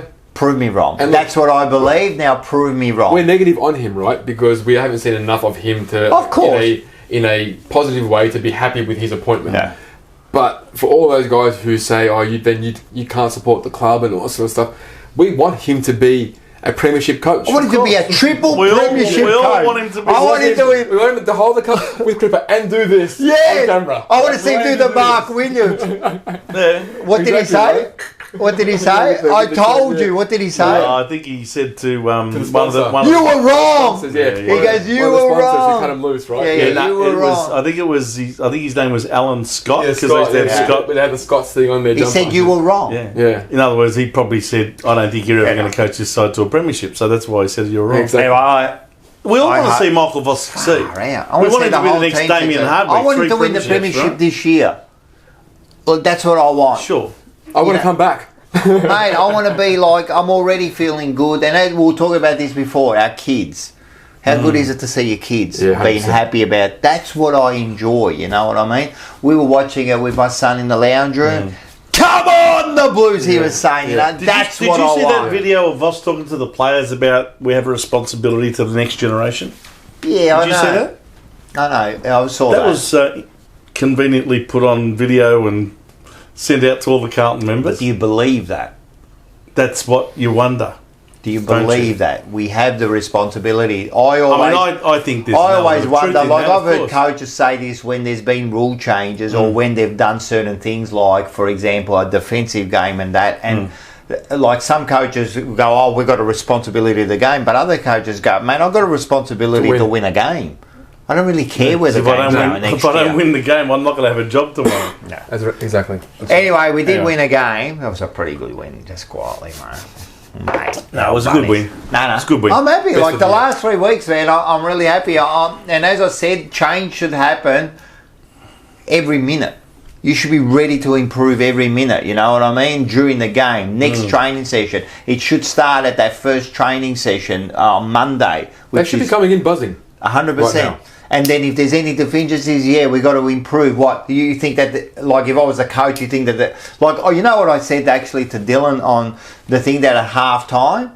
I'd be going, mate, if I was a coach and I see one of these players smile at half time, I would be fucking fuming, mate. Because this game isn't over, mate. And a 3-quarter game, mate, you've got to finish this team off now. This game isn't over, mate. Don't ever be content. On Monday morning, which is today, they should be at training. He should be going, that's well done. Did you enjoy it? Now get ready, mate. I want this next drill. Man, I don't want to see a mistake, you know what I mean? I want to be ready. What did you do wrong? I want you to improve that, you know what I mean? That's how it should be. Because this game of football is not only football, it's life, you know what I mean? Like for these players, man. You've got to get to that pinnacle, mate. Man, you've got to sacrifice everything. How many of our players do you think see it that way? That it's life for them? Not a lot. That's the problem. And you see it because it's... When we speak to the older players, the game was life to them. You know what I mean? It wasn't about money. No, it was about their mates. You know what I mean? And this we're talking, you interviewed bloody John Redmond about the Kokoda Trail and that, you know what I mean? Yep. Working as a team, working with your mates. I'll give you an example. Why are they doing this? Why are they wanting to win this premiership, right? Yes, it's for yourself, but it has to be for your mates. That's what it's got to be for. And I'll give you an example, right? I once saw an old digger in one of these Anzac for years ago. He was interviewed and he didn't even want to be interviewed. Like, he stopped and the bloke going, and he's going, all right, you know, he's got like a million things and going, well, you know, how was it, you know, like fighting for the flag? And he looked at him and he goes, for the flag? Because I wasn't fighting for the flag. Because what were you doing? Because I was fighting for my mates. I was fighting for the people next to me. That's who I was fighting for. Many of whom when I was there and there's bullets going towards me head, man, I'm there for me mates. I'm not there to, I'm going to do the flag. Yeah, that's the end result. The flag is the end result. But you should be on that ground fighting for your mates. Yes. We are now, you know, we're as one. We're going for this pinnacle, right? But I am fighting for you. You're fighting for me. If you haven't got that mentality, I'm telling you, you're winning nothing. And not only in footy, I'm telling you, you win nothing in life. You'll end up fucking asking, do you want fries with that? I'm telling you. But that's life, mate. If you're not like that, life is hard. It makes you wonder if this country ever got into a war. Nah, we're stuffed. You know, Paddy Dow, O'Brien fighting for our life. We're fucked, mate. Hey, Paddy Dow would do well in the war. He probably would. Nah, he's all tough. All right, listen. No, they'd only give him a quarter out there. They'd only give him half an hour. And you know what? The other thing is with footy, with supporters, right? Life's hard, right? Life's a difficult thing, man. Don't tell me it isn't, man. It's a struggle to get to that. As a former Carlton #1 ticket holder said, you know who I'm talking about? No. Former Prime Minister. What do you say? Malcolm Fraser. Life wasn't meant to be easy. No, it's not. And it's hard. It's bloody hard, man. Life is bloody hard. And most people, it's a mundane life. How many wins do you get in your life, really? How many times do you feel like a winner? It's a fight. Like a winner. Like a winner. How many times That's do you what feel... football gives you. Yeah. Football gives you on the weekend, you feel like a winner for that week. Yes, I'm a winner. And then Monday back to work in the factory, trying to pay your bills, the wife, the kids, the car's broken down. Then you get to the weekend and you get to be a winner for that day, you know what I mean? That's what football does for you. That's what football is. That's what Carlton is. That's what they should be saying. That's what Carlton is, mate. That's what we are as one, you know? And that's what the message I would be selling to the bloody... 100%. You know what I mean? Yeah. Anyway, go Blues. There was a game. We had a few more highlights, but we've talked a lot of bloody shit there. No more some highlights? votes? No more? That's it. Oh, we had a Votes, few more, votes. but let's go straight to votes. Righto. You can go first, Vince. Me? Or go Ramo. I forget who I gave you for my votes. I've got them here. I've got them too. I've got them on my phone, maybe. I've got them here. Okay. Good old Chera. Chera for me. What a year. And I am open to just open myself up to this because I was like, this guy's not right. This guy's not good for us. But he has absolutely killed it. everything about him, his contest, his extraction, his ball use, his decision making, his gut running, everything about him is exactly what I was dreaming and hoping that he would be as a midfielder, and I didn't believe that he was. Me too. So happy to be wrong. You weren't the happy only one. To be wrong. Oh yeah. Amazing. Walshy as well. Still not back to his 2 years ago sort of damaging best. No. But 35. I don't know how many he got, but 30 possessions. You know, like. He always gets that. I want to start seeing him, 500, 600 metres gained, going forward a lot more, damaging, maybe 1 or 2 goals a game from the midfield, which he did that in that almost Brownlow year, right? Yes. So that's when he was flying. Did I have Wieders third? Wieders third, yeah. Yeah, so again, I think he's the barometer. Yeah. I think if he's leading everything and doing what he does, which is intercepting and demolishing his man, I think everyone else around him just feels 10% stronger. 100%. They feel like we've got this colossus down back that is not going to fuck up. Like Sauce back in the day at fullback, where you just knew that last line of defence was just there to back you up. 100%. So you can just. Do you see him being? Well, do you see him being back to the days of where he was regarded as the general of the defence? I think. Or do you think he's not really a general type? Think. Let me see it against Port and Collingwood, and let him. Even if he don't win, let him do well. Because when he dropped off in form, it was like borderline that time when he got dropped. Being a general was the last thing on your mind about Wiedering. I was calling for him to be dropped. This year I was, yeah. Oh, a lot of people were. Yeah, 100%. It was just like, no. So for him to get back to that form where he was by far standout, the best defender in the comp, if he does well against Port and Collingwood, then I would say he's back to his absolute best. Do you know by halfway through last year, he was regarded as all-Australian lock-in. He was lock-in. He was going that well in that first half of last year when we were winning a lot more games than losing too, by the way. What were we, 8-2 after 10 rounds? He was one of the big reasons for it. But then he got injured, and then after when he came back, he dropped off.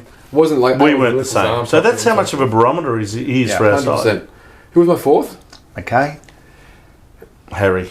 Okay, so Harry for me, I'll give him this because I think Harry is a frustrating player from my point of view because of how he kicks. Because of the kicking, The kicking, okay. But you got to love his endurance. Oh. Seeing him live last week for the first time, he's huge. He's a big boy. And he moves. Now he's one of the quickest. Yeah, he's so his sprint is actually quite deceiving. Yeah. Right? So that's super impressive. So as long as he can play that sort of Nick Revolt role where 100%. he's just running up the wings and taking those sort of marks. And Kerno too at times. Kerno does it as well, yeah. Mate, that's like... But he was very important for that. Very for that important, game. yeah. And I was torn between Cripper and Sardi for the fifth. And like I said, I'm Cripper's harshest critic. So he didn't make it. Yeah. Just because I counted 5 things on the game where he had the ball and he went the wrong option. And I'm like, you're at a stage in your career where you're allowed one mistake.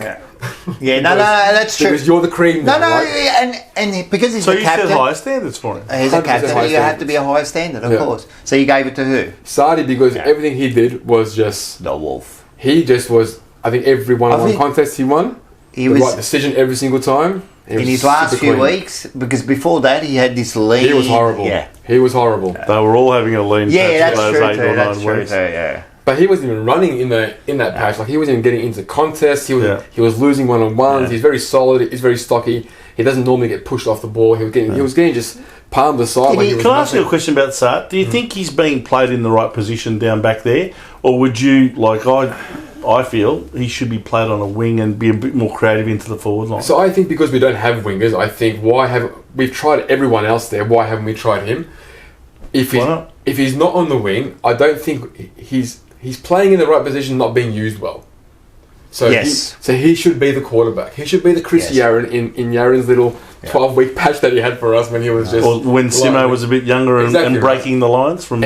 I think halfback. I see, and I heard you guys talk about Newman earlier on this, and I was just like, I'm going to bite my tongue, but plain and simple, because we go through Newman a lot. Yes, and it should be the other way around. Yeah, but that's not Newman's fault. Well, it depends whether it's coached that way.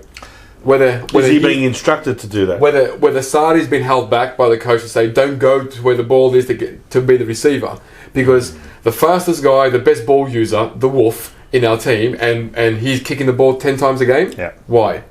But do you remember in those weeks when we were losing, he'd often go past and they wouldn't hand pass it. But as soon as Newman runs past or McGovern runs past, they give it to these It made guys. you wonder whether some of these boys had a bit of an issue with him or something. Because Exactly why right. wouldn't he give it? He didn't have a man near him.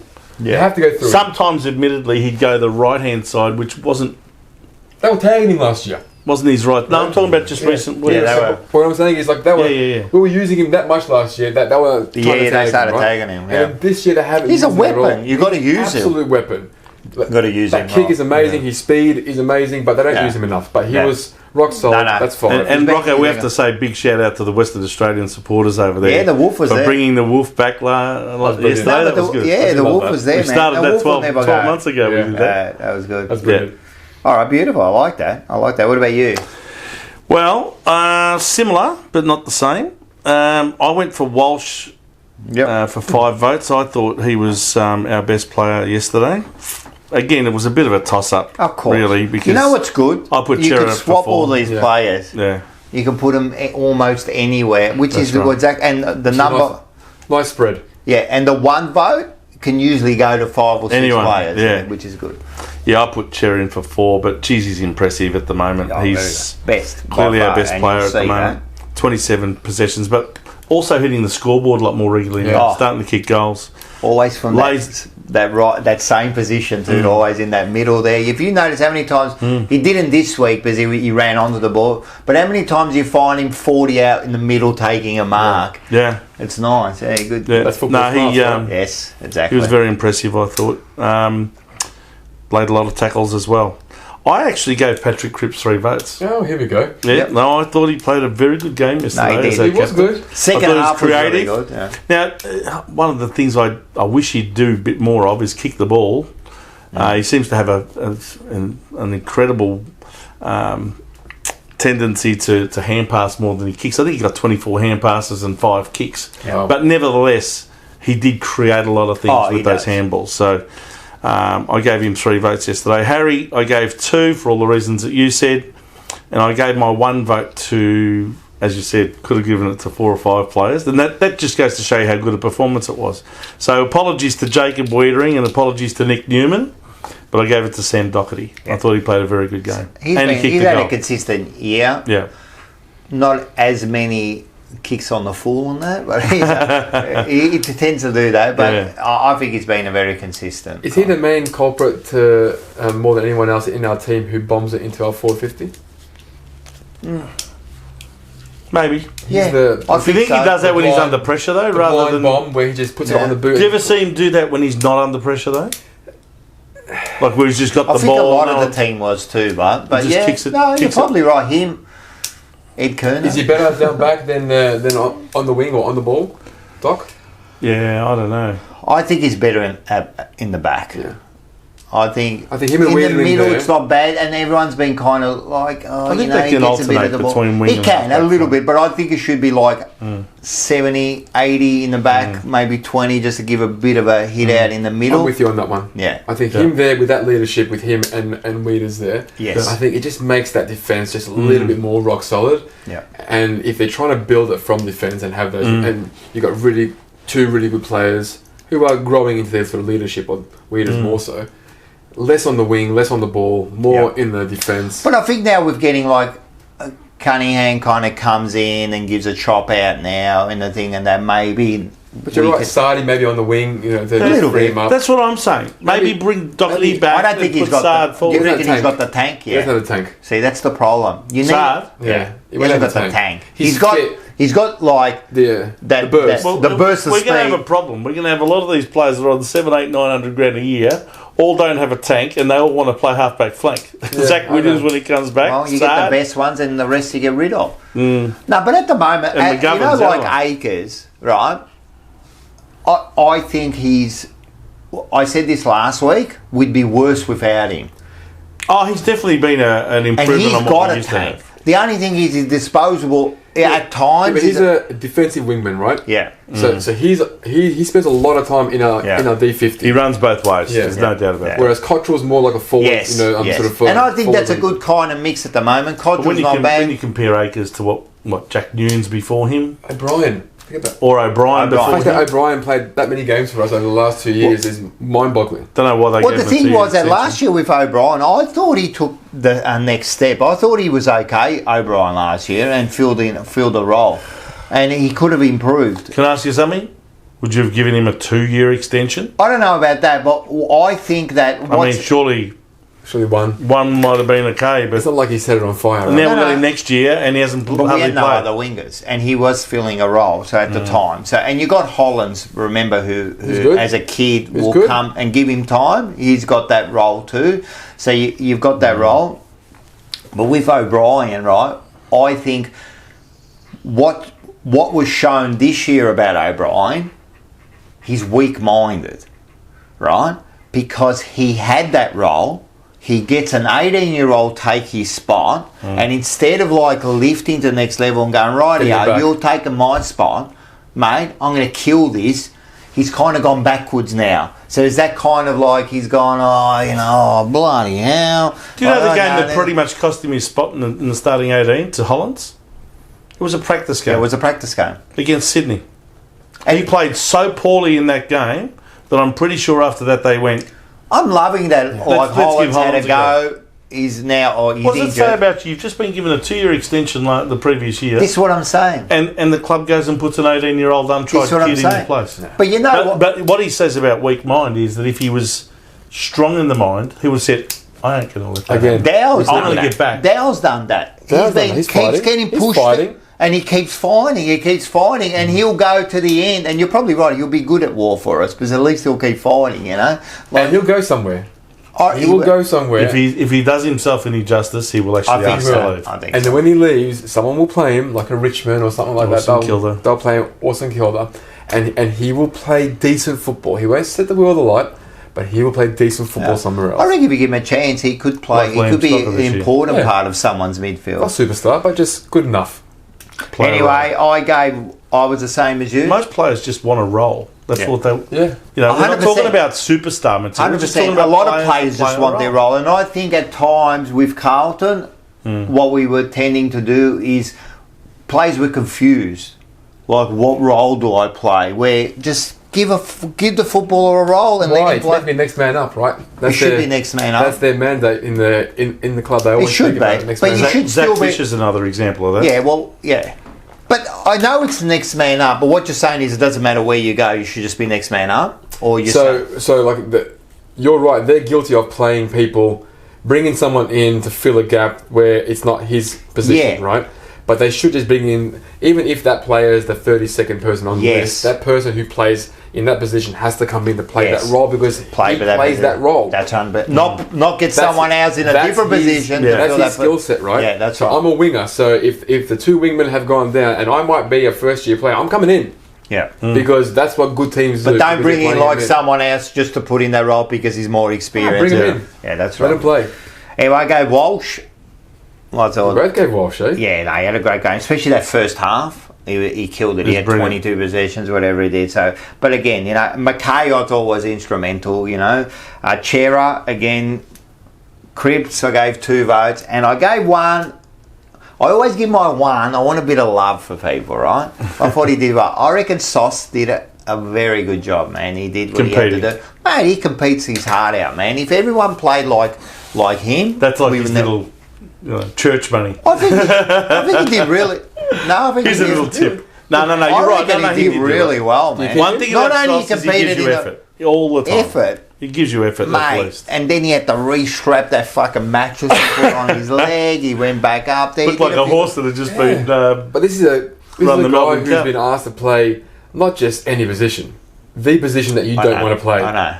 As a what is he? 190, Yeah, 188, I think he's about 190. yeah, 190. So and he's not the playing height ruck to be a ruck. against monsters, yeah. absolute monsters, right? So and then there he's getting dropped. He's losing his spot. He's going back playing in the defence in the twos, which The minute they get Pitnet and DeConning back, gone. they drop him. quietly Yeah, I would say. yeah. Would you be saying the same thing to him if you're advising him as you would say to Paddy Dow? Time to go and look for a new home, or My thing fight is for this. your spot in the If Carlton they team? can turn Liam Jones into a defender, they can definitely turn Sauce Thank into you. a defender. That's what I've been saying for This ages. boy- Why can't they play him in defence? And my brother's been saying it for like 2 or 3 years, but I saw him in the Hawthorn game, and like you just see things. Maybe it's nostalgic because you see his dad, how he moves and so forth, right? And he's not as big or as strong, but there's no reason why he can't play the Nick Newman role. Or Kemp going to the Newman role and him playing the Kemp role. But would you put him there in front of Nick Newman now?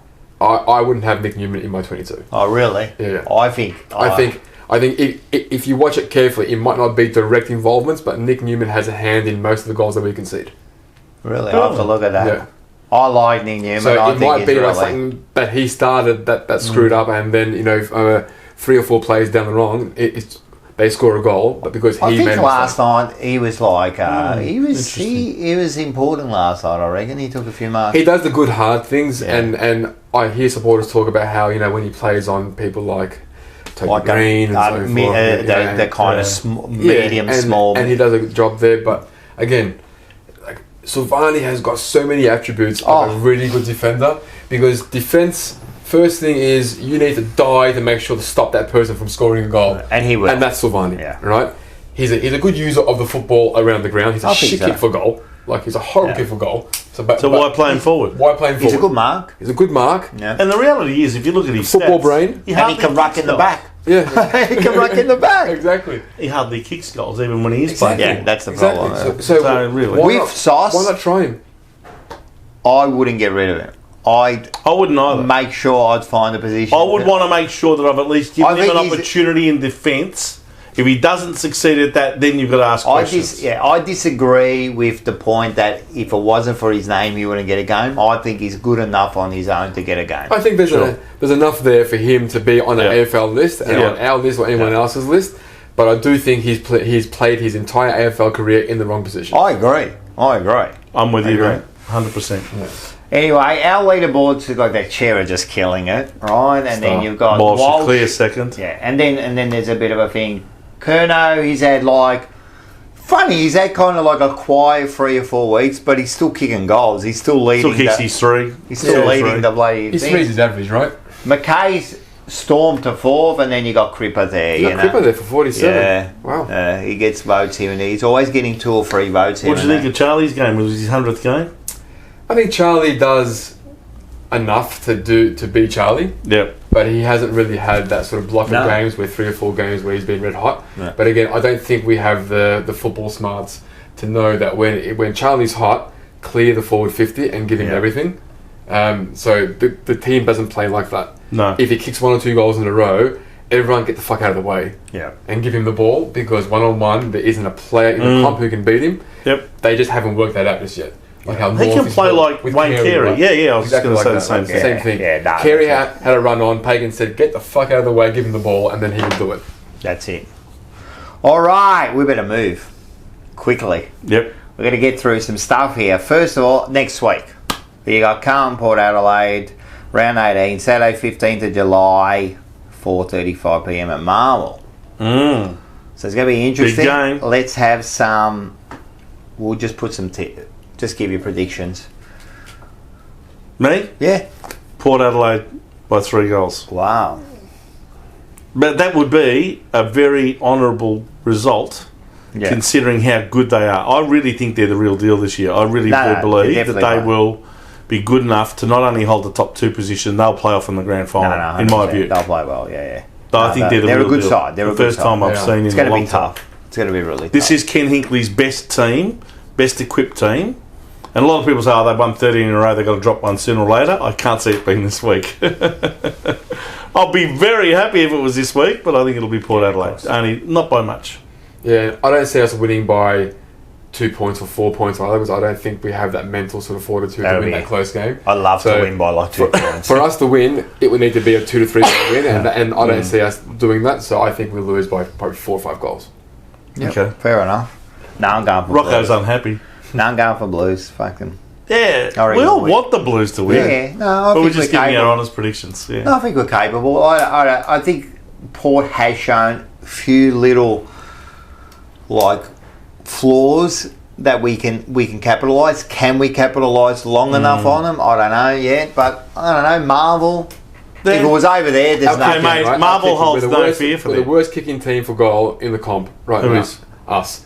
And again, yesterday, 14-14. So turn that 14 into 18-10. You win the game. You win the game by a lot more, yeah, you right? win by- So if we go into Port and we go 50-50 in front of goal, we yeah, don't it's win going to that be game. tough. It's going to be tough. Because Yeah. we'll probably get By the 20 way, shots. Rocco, I think they've won their last 9 or 10 games at Marvel Stadium. Yeah. That's all right. So that it holds no fears for them. That They fast weren't track playing us. system. I weren't Let's playing hope so, us. mate. I love Let's the hope so, mate. bravado, don't you? I love it. All right. Let's get into this one. Yep. We're going to give a quick. I don't even know where it fucking is anymore. I reckon it's this one here. We'll give a quick one. Yeah. I'll have to bring up my VFL thing.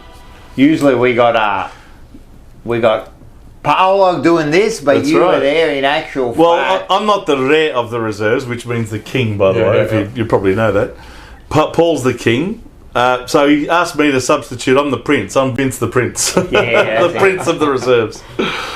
Uh, Yeah, and I was out there on Saturday. It was Yeah, very so nostalgic he's for me, Ramo, because I was brought up in Coburg. Yeah, of course. And I always followed Coburg in the VFA back in those days. And, of course, being a Carlton supporter, followed the Blues a little bit further down Sydney Road. And to go to this game, watching my VFA team play my VFL team, was a bit strange, but very nostalgic going out to the Coburg City Oval, which these days is called Piranha Park. We got some photos up there, Rocco. we have got a photo up there. Everyone can see now. So Yes. there's you, Paul, Yes, Beachy. Beachy, and And the lovely Kira, That's who right, is a very efficient and very accomplished MC for the Coburg Football Club, and she did all of the around the ground announcements and that sort of thing. So she's held that position for a while. She does a great job, and it was nice to see her out there. We had a nice photo with us, and it was a really great day. And unfortunately, the football was a bit one-sided for most of it. Our VFL team was dominating. In fact, at one stage in the last quarter, Carlton were up by 87 points, 110 to 23. And then all of a sudden, Coburg started kicking a goal, Oh, they kicked and a the second end, goal, and a third goal. And Paul and I looking at each other going, hang on, what's going on here? The coach wouldn't be too happy with this. A fourth goal, a fifth goal, a sixth goal. We got a few back, but in the end, Coburg kicked 8 goals in the last quarter. Wow. To our 5. But anyway, it was a big win. 18-15, 123 to Coburg's 11-5, 71. We sort of fell asleep there in the last quarter a bit. But overall, a very comprehensive performance of our AFL listed players. The ones in the goals were Josh Honey got 2. And singles to Jackson Binns, Harry Lemmy, Jesse Motlop, Lockie O'Brien, and Harrison O'Keefe. And of the Carlton listed players who got most of the ball, guess who got most possessions? yeah. No, Dowd didn't. By the way, Dowd did not Oh, play you play. because he had a concussion from the previous week, so he was yes, ruled you're right, ineligible. you're right, Binns. too. Correct. Yeah, Binns, Jackson yeah. Binns got 33 possessions and kicked the goal. Yeah. He'd definitely be. There was another player- He's going to have to get a go. He's going to have to get And another player who rarely comes up in conversation as being a potential to bring into the AFL team, Jack Carroll. He got 32 possessions. Yep. Then we also got Jesse Motlop had 25 possessions and a decent. goal. He's been on Ollie that for a few Hollands. weeks now. Ollie Hollands came Oh, back it's from good he's injury, back. got 23 possessions, Okay. laid 5 tackles. Marchbank. Now there's another one who could potentially come back into the side and play defence. He's got a bit of class about him. He's, Yeah, he he's has. good march back, but he surely can't be at the club next year. Well, not if No. he doesn't get back into the team. If he doesn't get back But in he's and basically got establish 7 himself, he's weeks done. to try and fight his way back in and hold the position. And then you've got Lockie O'Brien with 23 possessions and a goal. And pretty much that was it in terms of the major possession winners. Lockie Plowman, seeing him still running around in the VFL, I don't think he'll be at the club next year either. No, unfortunately. And I kind of feel sorry for Lockie Plowman because I thought he's another one I'll put on the front line. I reckon he'd always give you a heart, but unfortunately, I don't think he's got it. So the VFL team, in terms of the ladder, is up into 8th position on the ladder Nice. with 8 wins and 6 losses, and they have a bye this week. So Okay, another bye. yeah, it's one of those situations. We've got 21 teams in the VFL. Half of them are not even in Victoria, so I don't know why they call it the VFL. I think they should call it the AFLR. Yeah, I know. AFL but it's reserves. VFL, yeah, I know. But anyway, Right. yeah. All right, that's good. All right. All right, that's good for the VFL. Good stuff. Indeed. Good stuff. Hey, listen. I'm listening. You know who? Not a VFL contender. They are AFL contender. That's Snits. Spice of Life. Who's that? I have to be Jack Martin at the moment, wouldn't it? No? Spice of Life. Well, it used to be Jesse is. Motlop. Yeah. I reckon Jack would have to be Martin the is the Spice of Life. Yeah, I think you're right. Why I not think- Sardi? He's the spice. He could be a Spice Yeah, of Life. is that too. extra Yeah, sprinkle? could be one. Yeah, that's true. Status quo. That's got to be. I'm telling you, that's got to be Sam Walsh, mate. Week Sam in, Walsh? week out. Yeah. Just the same. What's the most famous song from that band, Status Quo, that you like? Whatever you want. No. Is that the one you like? Yeah, No, I that's think one. so, yeah. That's the one that Coles used on their Yeah. Yeah, commercials. for their commercials. Yeah. Wasn't it rocking all over the world? Yeah, that's I thought the that was their best. But then we song. got this one here. This is Charlie, the Garden of Eden. Huh? Yes, That's Charlie. Charlie We Kerner. love- That all looks nice, mate. I'm telling Nice. you, I mate, thought they make the we had best. some of those. They gave it to us when we interviewed Lance Whitnall. Big They gave us Lance. Nice one. some raps, didn't they? Yeah. They were nice. Well, we've got our favourite every week instalment of Neve. Lo siete preso il caffè, ragazzi? Buona domenica. Stamattina sono delicato, eh? Oggi abbiamo pigliato 2 fette biscottate e ci abbiamo messo una dicchiare mammellata con lo burro. Mammellata e burro oggi. Delicato, eh? Buona domenica a tutti quanti voi. Com'è? 1, 2, 3 alle 123. Oggi mammellata e burro.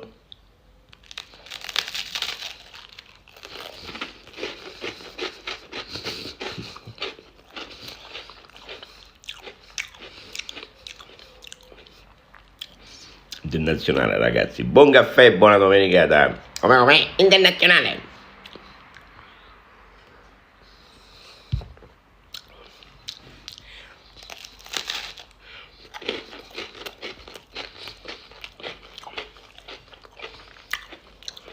All right. What a funny is star, he? man. That bloke there, How mate. I'm funny is telling he? you, mate. I love him, mate. He's become like a media star for just being himself, man. All he does is You know what? Whenever we have plates of pasta now and we put the cheese on top, we just I'm can't gonna help do it. ourselves. I'm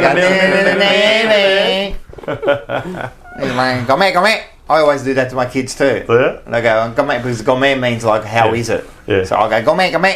All right. All right, that was good. All right, so now we're going to get into the player this week who we interviewed. We talked about him before, Big Red. What Hey? player he was. So let's have a look at some highlights of him while we're here. First half by the Blues. In towards Whitnall territory. Look at him. He was just that marking, nice kick. It was a natural kick. See, no around the corner there, mate. Do you know what game that was? Yeah, of course. I did the highlights. Interesting, he was a redhead, but then he tinted his hair blonde. Yeah. Wow. Great lead, man. Speed on the lead, right? I'm telling you. He reckons he wasn't fast, but that first, like, good forwards, that first 5 metres, you know. And even the kick, like very like low and penetrating. Yes. He had a great footy brain. He knew how to read the play He as was the well as smartest, anyone I on the think. field. Yeah. Just trying to read the play. Look at this. I think he kicked 6 goals this game. Number 6 steers it through. Great. Just puts it out in front and at full tilt. You just couldn't get punched. I think this one he kicked 9. McKay had run forward. Oh, Campo. Camporelli. Yeah, Canberra. Look at this. But look who's delivering it to you too, man. He was a good... Mark Lappin again searching for Whitnall. And again getting him. Yeah, they seen Matty Lappin play as well. It's just like I don't think we've had. This was a someone purple patch he had. Will this be number 9 at last? Yes, lads. In the year 2000, he had 3 games where he kicked 6 goals, and then 9 Look at goals. this goal from the 50. Mate, that's a huge kick, man. That's a great kick. Could have finished now. Drives it inside 50. Whitnall's got away. Beautiful kick. Good Good lead from Don't worry. Lance. Whitnall's got to sit here again. Big Lance is up as well. Both of them. Lance. Great goal sense. Look at that recovery. They've got the first two. Oh, he shanked it. Lance has taken I remember this. This is a comeback game against Essendon. Yes. touched off the boot. Wanders inside the It's the one to put it in. Look at this. When he was at his peak, he was a great player. This is the one. Remember this one? 99 preliminary final. Who could forget? What a kick. Look at that right to left. starts right. It swings back. What a goal! He told us a bit about what he did there when he stuck the fingers up to the MCC members. He tells us all about it. Yeah? Yeah, he tells us why. Yeah, so that's in the interview. So, look, 97 to 07, 10 years, 216 games, 348 goals, rising star in his first game, All-Australian 2000, leading goal kicker 98, 99, 2000, best and fairest in 206, he comes second in 98, third in 05, 15 in 02, 7 times in those 10 years he was in the top 10. Pre-season premiership captain 05-07. He's the only person I know who's a 3-time pre-season premiership player. We love that Wizard Cup. In his first year in 97, he was lucky enough to be in that team. Yeah. He hadn't even played a senior game yet. Yeah. And then he played in 05 and 07 pre-season cups as well. So we had a great interview with him. Yeah, he's a star. He's a star. He really is. He really was a good footballer, man. Like a really good footballer, man. And as I said to him, I was so wrapped when I saw him. So And you know what? The best part about it is that he was brought up in this area here. Yeah, I mean, he's we're a in Reservoir. Laylaw. Yeah. He was a Laylaw Thomastown Yeah, boy. that's exactly. And you know what? He was in one of those minority groups back then. Oh, It's was called he? Australians. Yeah, that's right. That's right around This here. area, yeah, of course. But he was such a good bloke, good interview. Everyone's seen the promo he did at Snits there. So everyone, we got a 5-minute interview here. So everyone have a look at this. Buried deep within a cemetery, I will fight, never weary. I wanna be legendary till I'm dead and buried deep within a cemetery. I will fight, never weary. I wanna be legendary.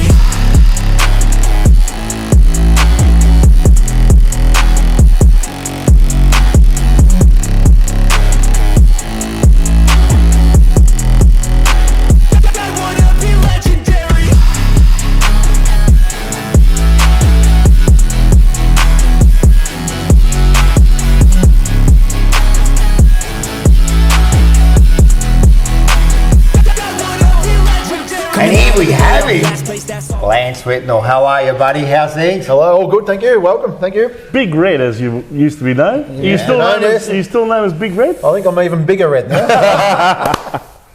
Or was it just red at one stage? I think people used to call you Red. It was red, but then it got big red, and then the red. Just red, yeah. Just red. Actually, I read with interest that there was another nickname that you had originally called Bango. Where did that come from? Yeah, Bango's my junior nickname as a kid. That's sort of it's my local nickname, that one, and it's stuck all through right to now. What's the reason behind that? Is that like the old Harvey Wallbanger? The X-rated version, or the back when I started kicking a footy, I used to bang it down on my foot, like a lot of kids do, and one of my Layla mates just called me Banger, and wow, yeah, and That's unreal. I think he was the first one to see me do it, and when I was a little tacker, and from there it's stuck, and so now I love finding out. Basically, when everyone calls me Banger, I know it's pretty much someone from the junior days. Yeah, that's anyway. So you're 17, you run out. Yep. Stand's about to fall down. How does that, mate? Pretty daunting as a 17-year-old. Noise was unbelievable, and I actually looked at the grandstand thinking it's going to fall on me. So I was packing me decks. But you played well. I didn't start too well though. I was nervous. Didn't start too well. I remember, whether it's getting dragged or rotation, whatever it was back in those days, getting dragged. I remember going off without having a kick, coming back, and David Parkin grabbed me on the phone and said, "Mate, you're nervous. You look nervous. Calm down. You'll be right. No worries." Hang the phone back up. Went back out there, and that's when I just remember just leading 1-1 ball. Greg Williams had it. The next minute I blinked, it was on my chest. I don't know how it got there. Wow. I remember leading to it, but I can. Yeah, there was arms and legs going everywhere. It's handy having someone like him at the ball, isn't Greg Williams just bang, and I just there it is. It's on my chest. So and then I went back and kicked the first goal. Far out. Was that your first kick in football? Yes, I believe I was. So you've joined that elite club too? Yeah. Far out, can't walking backwards to the goal square because I was coming out of the goal square. Yep. Remember him facing me, waiting for the ball up. I'm walking backwards. He's standing on my toes and just pushed me over. Stands over top me and says, "That's the last one you're going to be getting, son. You won't be getting another one." I'm 17-year-old, pack me Dax. Thinking, this is it. He's not going to let me get another kick. I'm done. Yeah, so I was. Yeah, you got the next one. It took another quarter or two to get another one, and so. Yeah, but you didn't say nothing back to him. Oh, I didn't say nothing back to him. I was just thinking, this is how AFL football is. Were you even later on? Were you? Did you chat? Were you? Not really. No. You always be quiet. No, just get out there and try to get. All of a sudden, you felt like a small fish in a big pond. Yes, I did when Dean Wallace stood over top of me and said, "That's all. The last one you're going to be getting today." At Laylaw, you would have been a big fish in a small pond, but the other way around here. It's like going from primary school to high school. That's right. Grade 6. Grade 6, you feel like you're king of the school. It's a similar thing. Yeah. Year 7. Yeah, it is. Yeah. I can't say now anyway. So you take this mark, but I noticed, man, your eyes were darting. You were looking for something, weren't you? Yes, I was looking for that man, Anthony Koutafidis, and I could see him. He was floating down the other wing. Yeah. So sort of in my mind, I'm like, I'm right on my range here. Then I wait till he gets to the goal square. If I don't make it, at least Kuta can mark it because he was marking everything. Yeah. So that was sort of what was going through my head. So I was trying to look around, trying to wait till he got there was sort of mainly what I was thinking. So just sort of I'll give it everything and put it up into that MCG swirling wind. It did, and it kind of comes. It had a bit of right to left swirl about it. A lot of my kicks had a right to left about it, but especially at that MCG there, it's contract's going to come. So who came and told you the bad news? Was it the coach or someone else? No, it was a phone call from my manager to tell me the bad news. But I was in the rooms doing it was pre-season at the end, or pre-season for 2008. I was sort of just doing some extra stuff, trying to get fit for the season, and then a call come. So it wasn't from your manager. Planned for it. Yeah, hadn't planned for it. That's a bit disappointing, though, isn't it? I mean, surely you get someone from the club to come and sit you down face to face and say, "Look, sorry, but this is the way it is." There is actually another story to it, but I won't go into it. Oh, okay. Which wasn't pleasing, which wasn't good, but I find that disappointing. I really do. It is disappointing. To me, you've got to have the balls, right? Yeah. Seriously, to front a player and tell him face to face in his eyes, and to tell you the look, truth, I'm sorry, but this is the way it is. And Brad Fisher said it too last. Yeah, Brad Fisher he said told the us same last thing. time. He goes, it was disappointing that they didn't even address the team, like your captain. Say goodbye or whatever. Nothing. So I got nothing of that. I didn't even get to say goodbye to anybody. Yeah, there was no goodbyes, no farewell game, no nothing. And yet you were the captain of the club. I was captain the season before, and I didn't get to sort of say anything to guys that I've, even not the players so much. It's more your trainers and your physios and all those guys. Your boot studders that you've spent so many time with. Didn't get all that kind of stuff. But I remember you. All right, there you go, mate. So he talks about the 99. He talks about even at the end you saw there. He talks about how they when he was captain and they got rid of him and he didn't even go back to the club to say goodbye. I wasn't happy with how they did that. Yeah, so we've got to learn to do things a lot better like that as a football club. That was a disgrace, man. They should have thing, but anyway, unfortunately, exit people is but to not give any sort of proper send off to someone who's been an 11-year player with the club, over 200 games, best and club captain in that year that you've delisted him. Yeah, I mean, surely we can do things better than that. What does that say about the culture of a football club? 100%. And these are the little things. By the way, do you know that that's the difference between Carlton Football Club and Yogurt? Yogurt has an active culture. We're going to change that. We're going to change that. No, but what a great interview. Everyone catch it tomorrow night, 8 p.m. Trust me, the Big Red, mate. I really enjoyed talking to that man. He was a good player, man. I'm telling you, a really, really good player. Yeah, probably at the wrong time too at our club. If he was there at any other time, because he got there. We won 95, and he got there in 96. He's a bit like Kuta. He experienced the 90s, the last part of the 90s where we were a successful club, and then saw the changeover into the early 2000s, and saw the other side, the ugly side. That's it. All right, we got this one here, everyone's favourite.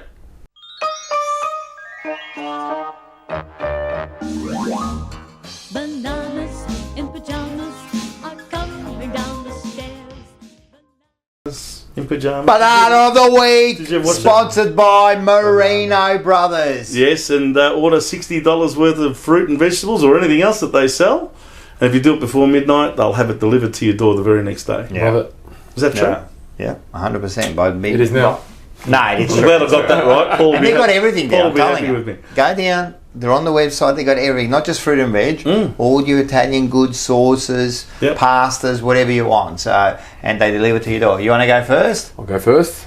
I touched on it. All the Carlton fans who are jumping on social media, calling out all the Carlton fans who were going after Michael Voss. Yeah. They're now saying, where are you now? We don't see you now. And that is just rubbish mentality to have. Of course. You know, we are still worried, we are still concerned over how he's coaching the club and how he's leading the club, but the reality is we're happy with the wins, but we are not jumping out of our skin saying he's We the haven't man beaten now, Collingwood or Port Adelaide. We're not just yet, satisfied. We're happy with the wins, we're happy with the progress. And you know what, even if we beat Port and beat Collingwood, I'm still not saying Voss is the guy. 100%. Okay? Yeah. We need to get into the finals, we need to play a brand of football that is sustained for over Exactly, and that's what we want to see. a longer period of time, Yep. right? And Yep. playing the players in the right positions. 100%. So those guys, you're a banana. What do you think of supporters who criticise other supporters who critique the club or who have certain opinions that are not complimentary of certain players or certain coaches or whatever,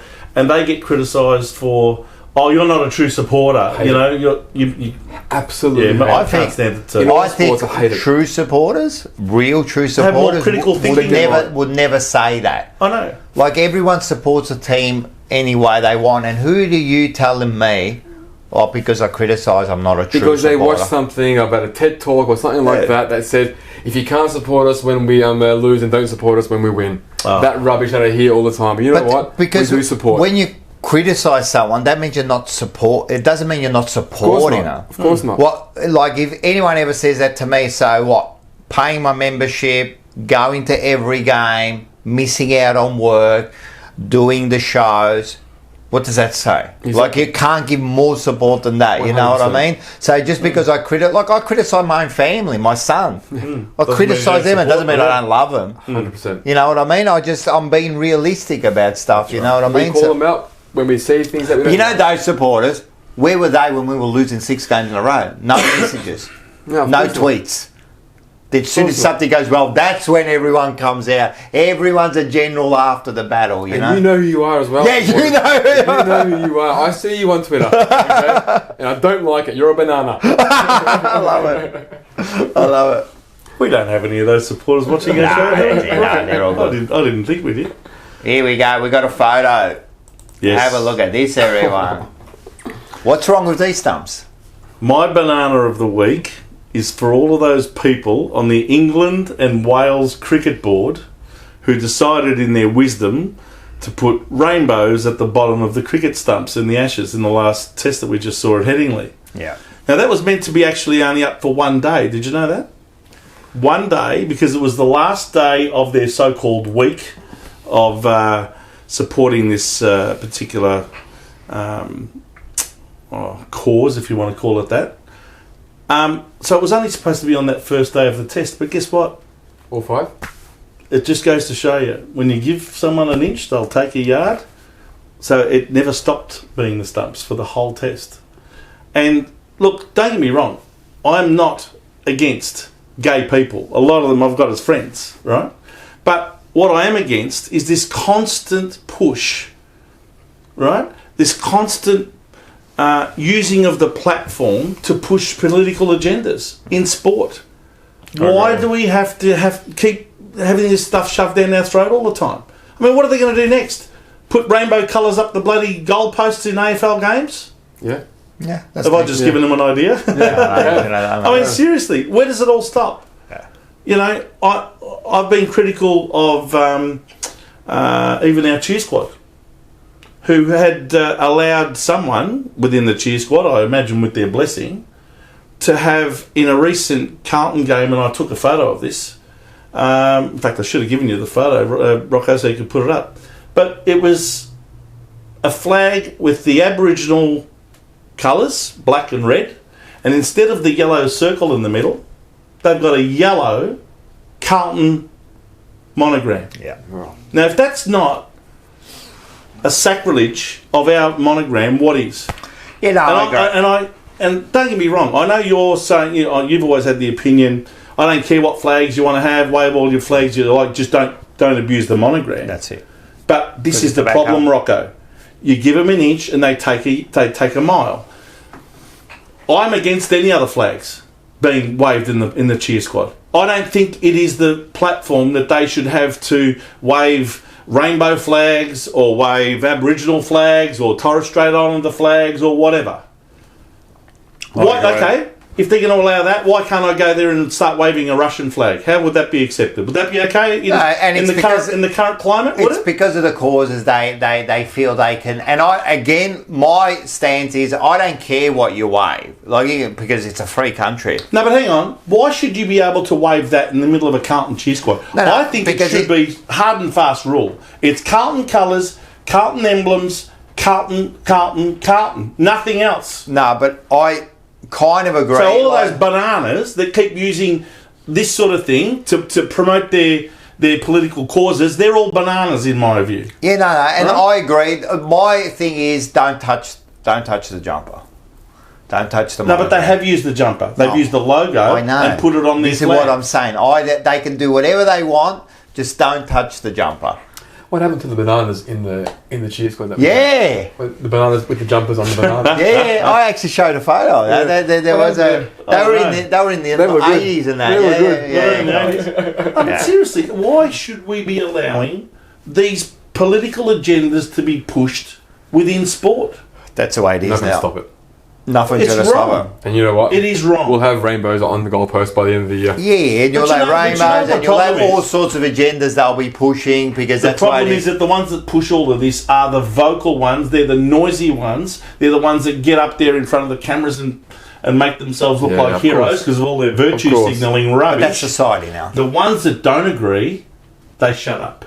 They don't say anything. Why? Because the minute they say something, they get held down, cancelled or dropped from the team. But that's society. If anyone from that England team came out and said, I don't think this is what we should be doing, they would have been dropped for the team. But that's society now.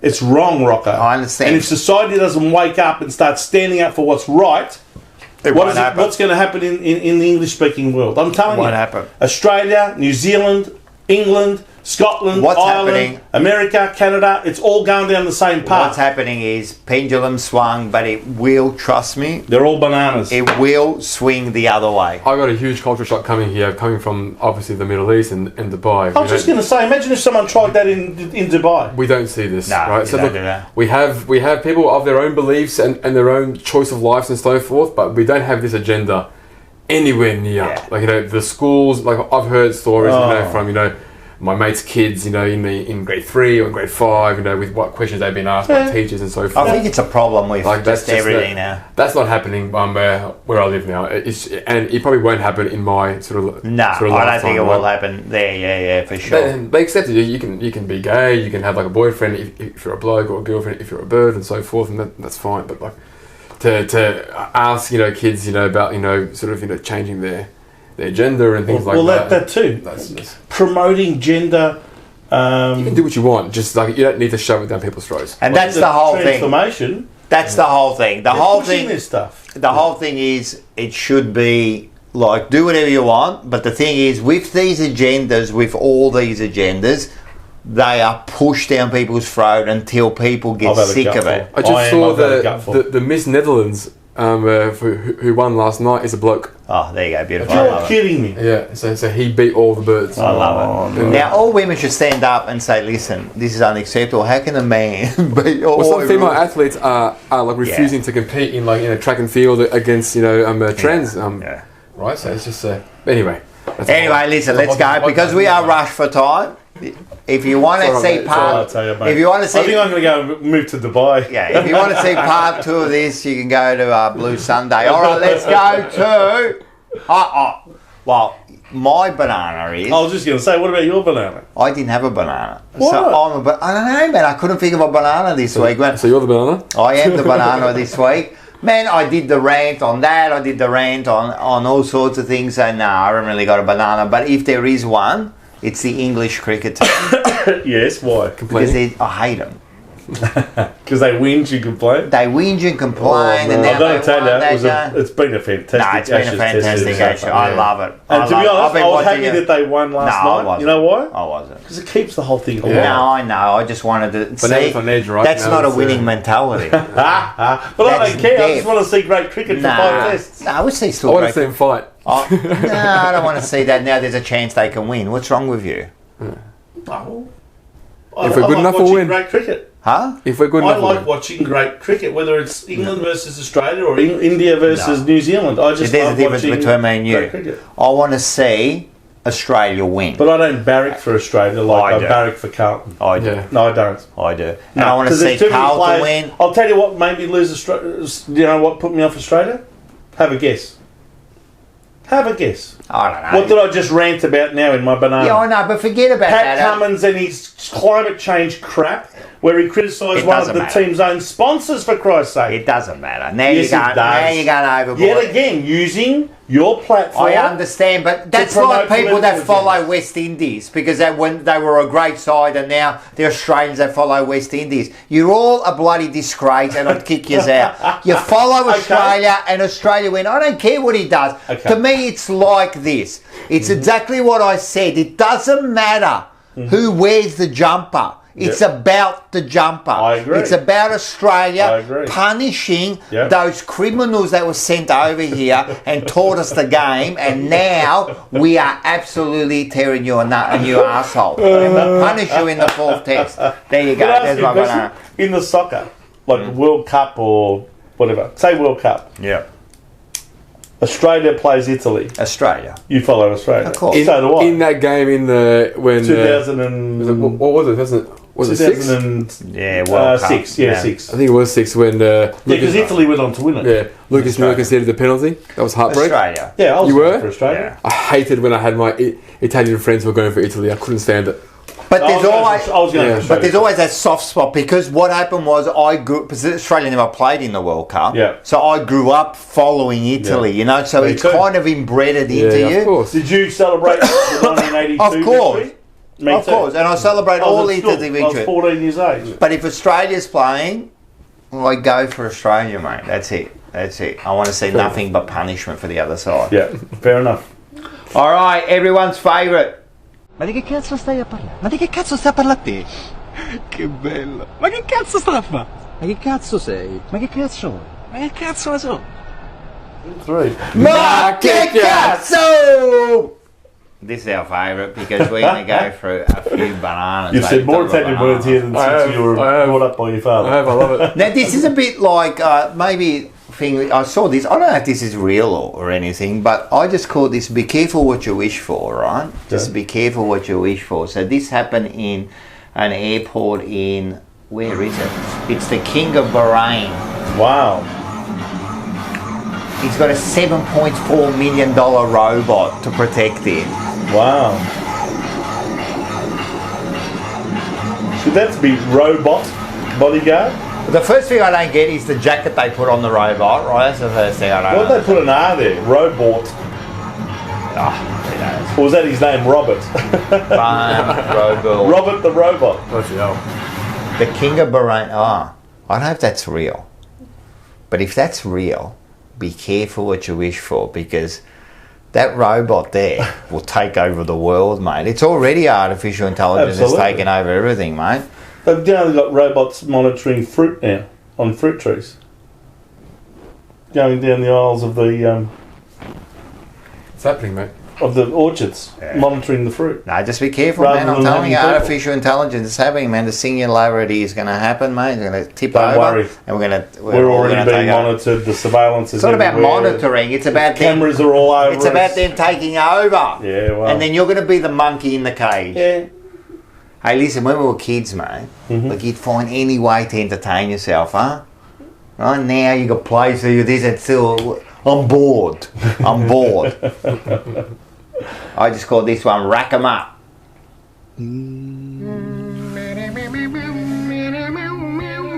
Wow, what a pool table.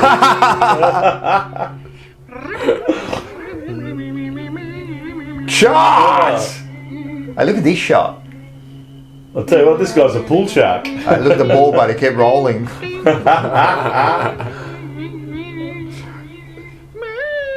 brilliant. This is what we call third world billiards. You know what the thing is, mate? It doesn't matter. It just goes to show you, you make do with whatever you've got. 100%. Don't you? That's what I mean. And as kids, we used to do that. No, we did. Yeah. We used to make like little things play, you know. It's always been. Now there's just too much, and everyone, like the kids, don't even know what to do. They're always fucking bored. Or even if we just had one ball, we'd find a way to create a game. I used to have a whole Put test something match. as a net. I used to play a whole test match on my own in the backyard. Yeah, I used to have a golf ball. I used to throw it up against the wall. Okay, and bounce back. And then play the shot. And I used to have the steel, like, you know, the vent that was in the wall. So if he hit that, right? Oh yeah, that's right. I was the keeper at times. So I'd be the keeper, and if I hit that, that'd be the catch. You know, I could do a whole test You know what match. they used to call him? Rocco Bradman. I used to do hitting the golf ball with the stump, you know? tennis matches on my own in the backyard, man. I used to kick the football. I used to kick the footy to myself out in the street. And Hey, use I the call pole this as one goalpost and the tree as the other goalpost. Brilliant. And commentate to myself because no one would play footy with me. Well, that's the thing too. All right, listen to this. I call this another one in the old days, like we got PlayStations and that. This used to be entertainment in like the 30s. Have a listen to this guy. The year of 1914, in the month of February, I was coming home from school and my hands got very cold, and you see, I had no mittens. And I began, of course, pressing them together to get them warm, and that wouldn't do. But pretty soon I began squeezing them, and I was surprised to think that I could make a few different sounds. Well, then I began playing every day, and pretty soon I could play Yankee Doodle clear through.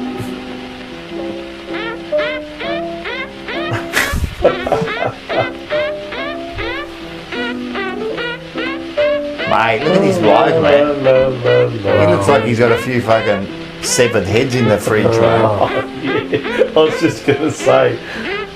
Yeah, come over to my house, I'll play Look at that smirk. Is that a smirk of a serial killer? Bloody hell. Look at that. That was amazing. And that was not only that was on TV. So you sit down, the entertainment. He looked a bit mad in the eyes, if you ask me. What about this one here? You talk about different career path. I reckon this bloke should take a different career path. Have a look at this one. Everybody get there! Get it out of the run! It's got the one! Get it out of the run! Get there! Where's the run?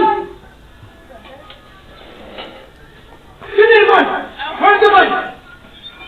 Everybody give me everything! No one's doing anything he's asking.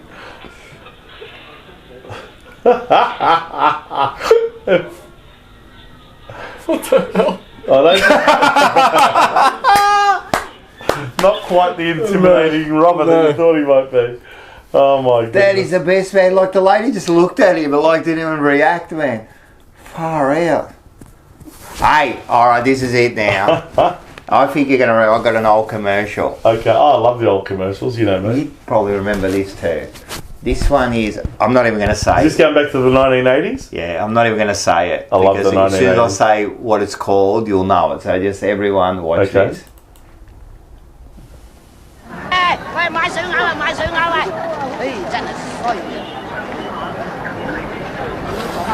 Mr. Wong!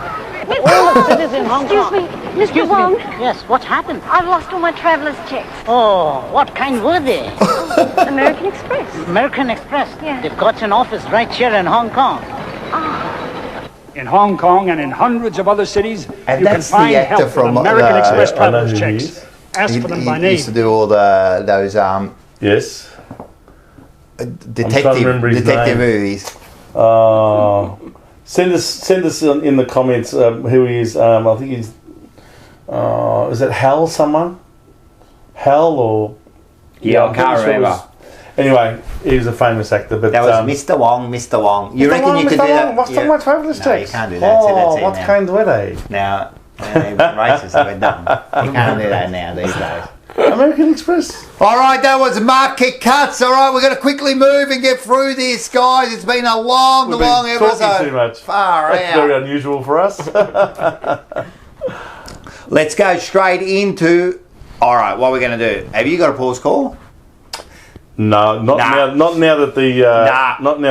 Oh look, I couldn't do it to Paul anyway. It's his domain. But so we haven't got a pause call. So what we're going to do is. We haven't got time for it. What we're going to do is, first of all, let's just remember these blokes here. Everyone go down, get your 25% off if you get snits. That's right. Snits, this is the garlic. No, this one is a... Look, is that a meal? How much would that cost in Dubai? That would cost at least $40. Yeah, probably around $35. There you go, mate. $16, but this one's the best one. That was good. The Mediterranean, eh? Salad and schnitzel. That's delicious. No, so go down to Snits Northlands. They make sure that you become a member of the Jumper Punch channel. Yes. Any membership level will get you 25% off. Any membership level, and if you just push subscribe, you get 17% off. That's right. All you do is push about it. If you're smart, you'll say I've subscribed. Plus, I'm a member, so 25 plus 17 is 42% off. I don't reckon that. Between me and you, I don't think that'll work. Right? I'm going to try it. I don't think that'll work. But if you go down there, all you got to do is show that you're a member or show that you're subscribed, and you can get it. All right. Listen, remember our shows. Catch up with Blue. First of all, let's catch up. Legend of Jumper Punch. Yes, tomorrow night, 8 o'clock. Before that, you're gonna watch Forever Rivals. I don't care that they won. Yeah, I'm gonna give it to them all. Yep. They're all done, mate. First of all, we're on top of Richmond, so yous are gone. Yep. We're coming after the drug cheats, right? And Collingwood, I'm telling you, in 3 weeks' time, we're gonna tear you a new arsehole. They've got Bomber Mark, Tiger Quinn, and Magpie Manny. And Blue Rocco. Yeah, actually, that's a good name. So then we got Blue. That's a good name for a drink. Blue Rocco? Yeah, I reckon that'd be a good name for a cocktail. I reckon that's a good name for a porno. All right, listen. We have got Rocco Safridi, if everyone... No. And Blue Sunday, of course, right? And Blue Sunday is hosted by Joe. And myself, co-host. No, I know. But I'm talking about Joe because Joe, he's in Bangkok. He's in Bangkok and he's got his tour. Well, he sponsors the show. He sponsors the show. Retired Working For You tours.com.au. So RWF for no, just for you. Yeah. So check him out and he can help you out. So everyone have a look at this.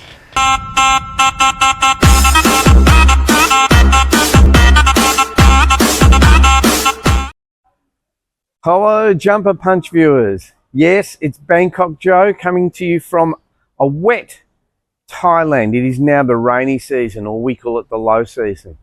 Hey, last week, Chris took you to the city of Chiang Mai. So today, we're going to explore Chiang Mai in more detail. We'll be going to an elephant sanctuary where they have humane treatment of elephants. That means no riding of elephants. And then we'll be exploring the countryside. So, until then, keep watching the Jumper Punch, keep watching Blue Sunday, and go Blues. On day 3, it's time to get out of the city and head into the foothills. And to start, you should go to an elephant sanctuary. There's some amazing ones in Chiang Mai, and it's a lot different than it used to be 20 years ago. The way that elephants and tourists are integrated these days is just a nicer experience. So you get up close and personal with the elephants. I had a little doggy who liked being scratched behind the ears. This one's for you, Timmy. And then after that, lunch at a place called Food for Thought. This place is kind of farm to table, really fresh ingredients run by a super nice couple. It's a place you'd probably never find, but now you will, and you'll thank me once you eat there. And then day 4, it's a little bit of a drive.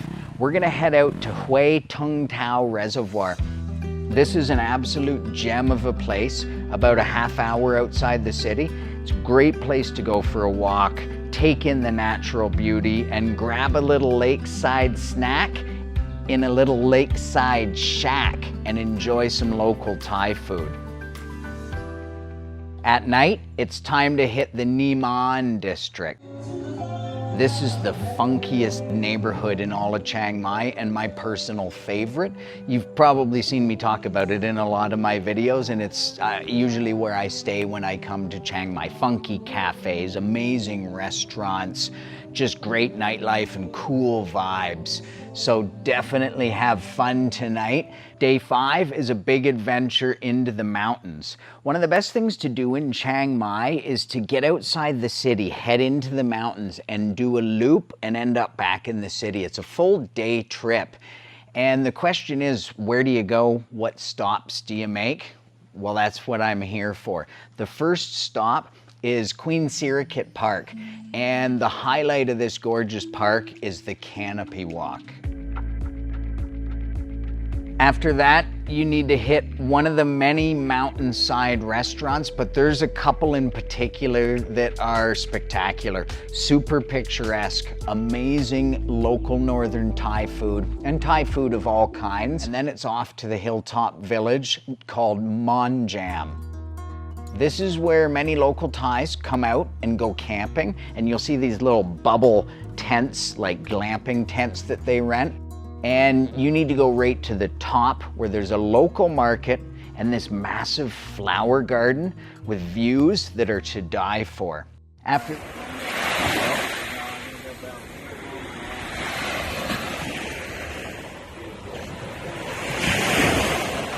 All right, there you go. There's Joe showing you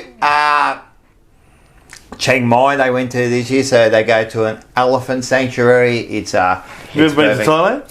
I have.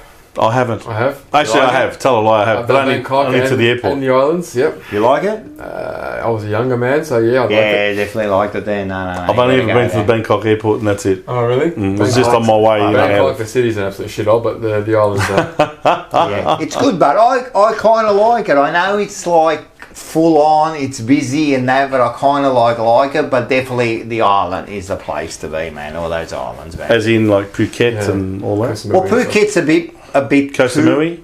I'm over Phuket, but Koh Samui I'm also over, but the other ones like Chiang Mai and all those kind of places, I love going there, man. I love the food, I love the people. I just James Bond Island? Nah, James Bond Island is just rubbish, man. That's not what Joe said. Nah, it's rubbish, man. It's just a touristy thing that you go there. It's, you know, they filmed like 30 seconds there? Yeah, on a James Bond film. And they've made like 20 years of fucking, they made a James Bond. All right, let's get to our viewers. It's like Peter Bozasto took Mark of the Year and Goal of the Year. That took 20 seconds. He's been promoting it for 42 years. All right, we got always some comments. First one is John Holden. No, this is not John. It's Josh Holden. I don't know if that's. I wonder if it's in But he wrote, good interview. Would love to see one with Lance one day. There you go. You're going to get your wish tomorrow night, 8 o'clock. Be careful what you wish for. We have got here. Now, this one, Ramiro, I'm going to stop there. Ramiro Pereira Maya. 1 game contract. Don't know if the salary cap would allow it. We're talking about we're going to get Walker. No, we're going to get Brad Fisher back. Brad Fisher to play 1 more game. Yeah, they listed him on 99 games. So then his son can play. If his son ends up being we've got to play him, mate. We're going to put him on the bench. Don't worry, mate. We've got it all worked out. How about this bloke here? We have got User. Shame, he's talking about Mark Shame, the Bummers, Mark, Rugby Union and League continue after the siren to continue to complete their play and score to win. So Mark, you're absolutely wrong. There is like 1,000 games that continue on after the siren. Correct. What's this one? Clev, he's from Perth. He's a big fan of ours. We love Clev. The pub across the stadium is called the Camfield. I keep calling it Cambridge. Yeah, the Cambridge. The Camfield. Yes, Camfield. That is a good... Mate, have you been there? I may have. So the stadium's there, and then you've got the bloody the thing like walking distance. It's an open pub, inside, outside, and everyone just goes there after game. And like it was just magnificent. You go there, and then you walk over there, and you drink them like it was the best, man. I'm telling you, what a setup. All right, who we got here? This is Laurie McDonald, my missus is happy that you love the Snuggets. She developed them about a year ago. She's also a massive Carlton fan. Oh, fantastic. Well, I can personally vouch for them. They are delicious. Her name is Angus, and she was one who made the bloody Snuggets. Do you believe it? One of our fans is the maker of the Snug. Go get the Snuggets, I'm telling you. There are no arsehole lips in that one there, mate. Real bloody proper chicken bits, breast, mate. Yeah. And, this is one of our favourites too. He always comments. Rocco Model. Rocco, you must name names. Don't worry about it as long as you're not blacklisted from Hop Sings. Now, he's talking about... Rocco last week was saying we're blacklisted, but we're not naming names and all that, so you can make your own assertions about that. Is that a word? Assumptions, maybe that's the word. Darren Thompson. What's that? Darren Thomas. The Port Wood games ahead are critical. We can win one of those, both home too. Yep, exactly right. We can win one of those, and we're in business, man. So one out of the next three, we win against the West Coast. We beat either. I would rather just lose to Port, beat Thing, and then beat Cockforce and beat Collingwood. We always prefer to beat Collingwood. All right, guys, this has been great. Fantastic, Rocco. Amazing. Thank you for having us. So much better being here than actually watching. You like it? Yeah, it's really good fun. Nice and relaxed, isn't it? It's really good fun. And the time goes quick, doesn't it? It flies. That's why we've had to rush there. For 9 hours. No, it's good. I hope really everyone's good. enjoyed it. I hope we thank you for coming down, man. We do appreciate it. We loved your comments, like when you come on. You've come on Blue Sunday, and used to do a little segment with I did, yeah. Ramo and that, and we loved your honesty, especially when things were really going bad. Your honesty was good. I used to lose my shit a little bit, but yeah, but that's all right. We all lose our shit, and as I said, we're all passionate supporters, and we all just want the best for the club, you know. And it's good to have like different points of view about 100%. It. But just remember something, right? Everybody. We all want the same thing. We all love it. Exactly. We all love this team, mate. That's why we do this, you know. That's why we go there every week. So we love it, man. So we all just want the same thing, man. Yep. So thank you very much. Pleasure being here. I appreciate the first class ticket from Dubai and meet. Yeah, no, that's it. So you're gonna go back, man. That first class ticket on the the A? What's that? The A380. The A380. Listen, the bus is waiting for you at the front. All right, guys. Thank you. Make it home in time. Yeah, no, that's it. All right, thanks, guys. Hope everyone enjoyed it, and let's beat that Port Adelaide side this week. Let's do it. Let's hope they can get over the line. Nice one. Ready? Go Blues! If you want to know something about yourself, sit on your bed one night and say, what's one thing I'm doing wrong, that I know I'm doing wrong, that I could fix, that I would fix? You meditate on that, you'll get an answer. And it won't be one you want, but it'll be the necessary one. You know, and it's often something that will point you to small things. And so imagine you're in your messy bedroom. The little voice says, you know, it's pretty disgusting in here. And you think, well, I'm way above such trivial niceties as organizing my room. Well, that's pride. That's arrogance. If you're above organizing what's actually yours, how in the world are you ever going to organize anything else? And maybe that's where you start. And that works. Like, that works. You start making those micro improvements to things you know that are wrong, you'll improve unbelievably rapidly.